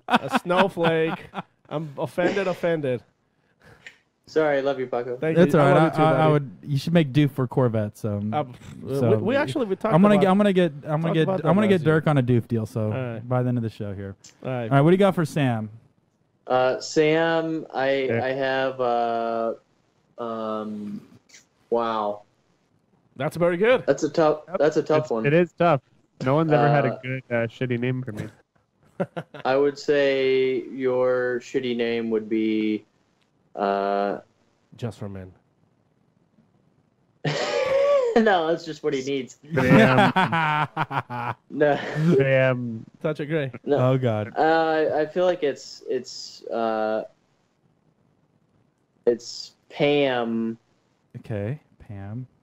Pam. Tiny tits. Pam, tiny tits, Alvin. Pam. Cry. Oh, keep going. Okay. Cam Cry. Cam Crybaby nailed cats. Yeah! I don't know. Man, it doesn't get any better than that. Wow, Dude, Good luck. you don't even need to do Sam, Sam, don't get mad at Dirk, okay, Sam? No. Jeez. Oh, You it's too don't, you don't much. even need to do Corey anymore. That was great. Damn, Tiny Tits nail cats? My Oh my God. He can That get was so revenge rude, with, Dirk. driver on Wow. driver or That was something. so rude. no. Wow. First and last. I can't breathe now. My First God, that was the and rudest last. thing I've ever heard. Oh, man. Hopefully your mom's already dropped All out All of the right, chat. now, Shoot for Corey. now you got to do Colby horse Oh, tits. boy. Let me know what you think. Ooh. I usually just call him Kobe Hosberger. Yeah, that's Oh, good. That's respectable. Wait, you Thanks, get the Dirk. hamburger? You know what I Oh, said you when I get the- said Dirk yeah. Campon earlier? I take it back. You're Oh. yeah, that was a fake name I came up with. You know. The old Corey Oh, Kobe Hosberger hot dog master of 2Js. there you Oh. go. Not bad. Oh. I'll take all Dude, those. it's I'm supposed good to- at Corey all gets three of those things. complimentary. Corey gets complimentary last Yeah, name. it's supposed to be offensive. No, Dude, we should just do a show just making names and not even talk about anything. just make shit up. Yeah. Yep. Wow. Well, thanks, Dirk. Thanks for the help, dude. I've been always trying to figure out what I should call So- these guys. Yeah, you got it now. Sam, Well, Pepper Cat, that's- Nipple Temps. As usual, I wish we would have ended the show 15 minutes ago. So here we Quick, go. quick, Tim Connolly on the chat is saying like, "Oh God, Dirk, that was painful." Yeah, painful because he's nailing the jokes. Ooh. Jason Run- Clark said run the Dirk Head. butt. Jason Clark also said Sam is just a plain asshole. So I've got that going for me. Jason Clark just said Corey jacks off into his own mouth. What the fuck? Wow. This Yeah, is what's he's going on. drunk. All right, guys. All right, let's end That's it real let's- now. serious.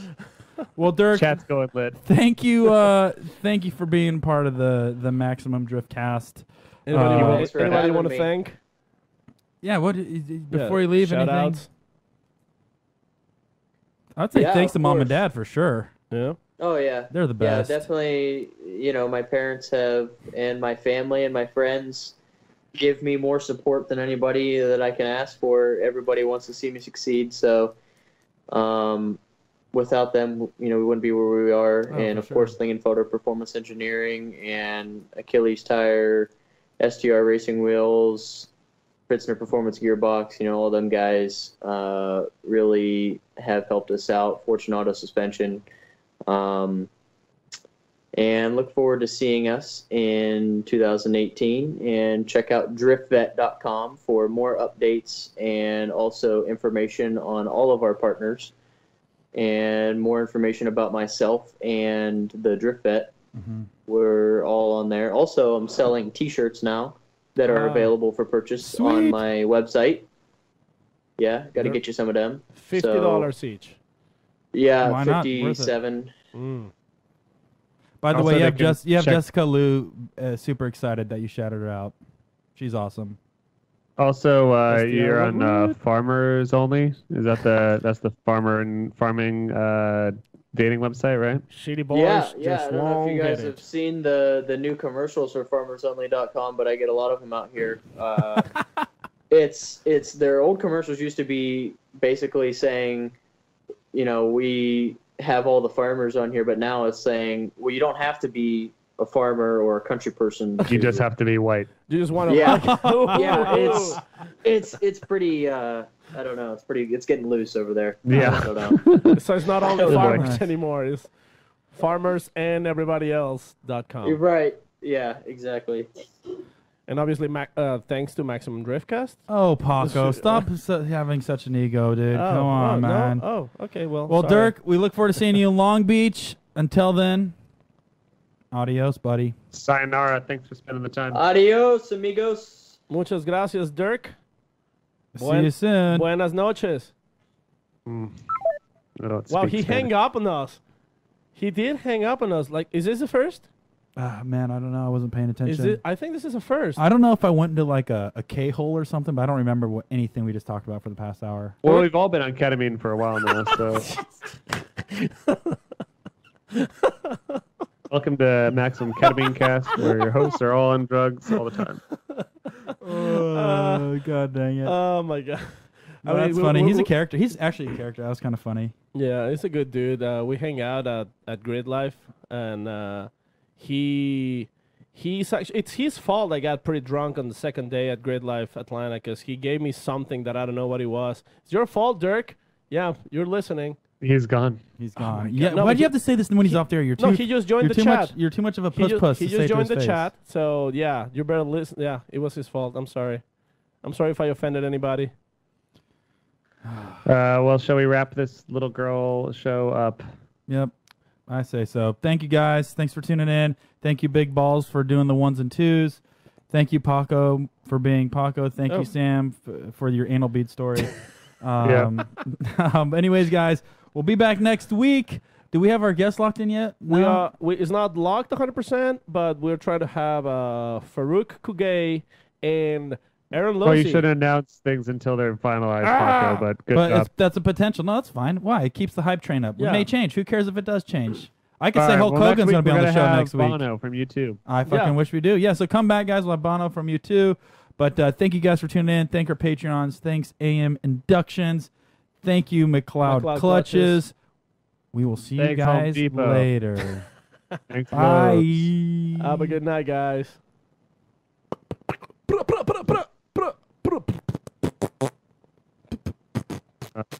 end it if you haven't. There you go.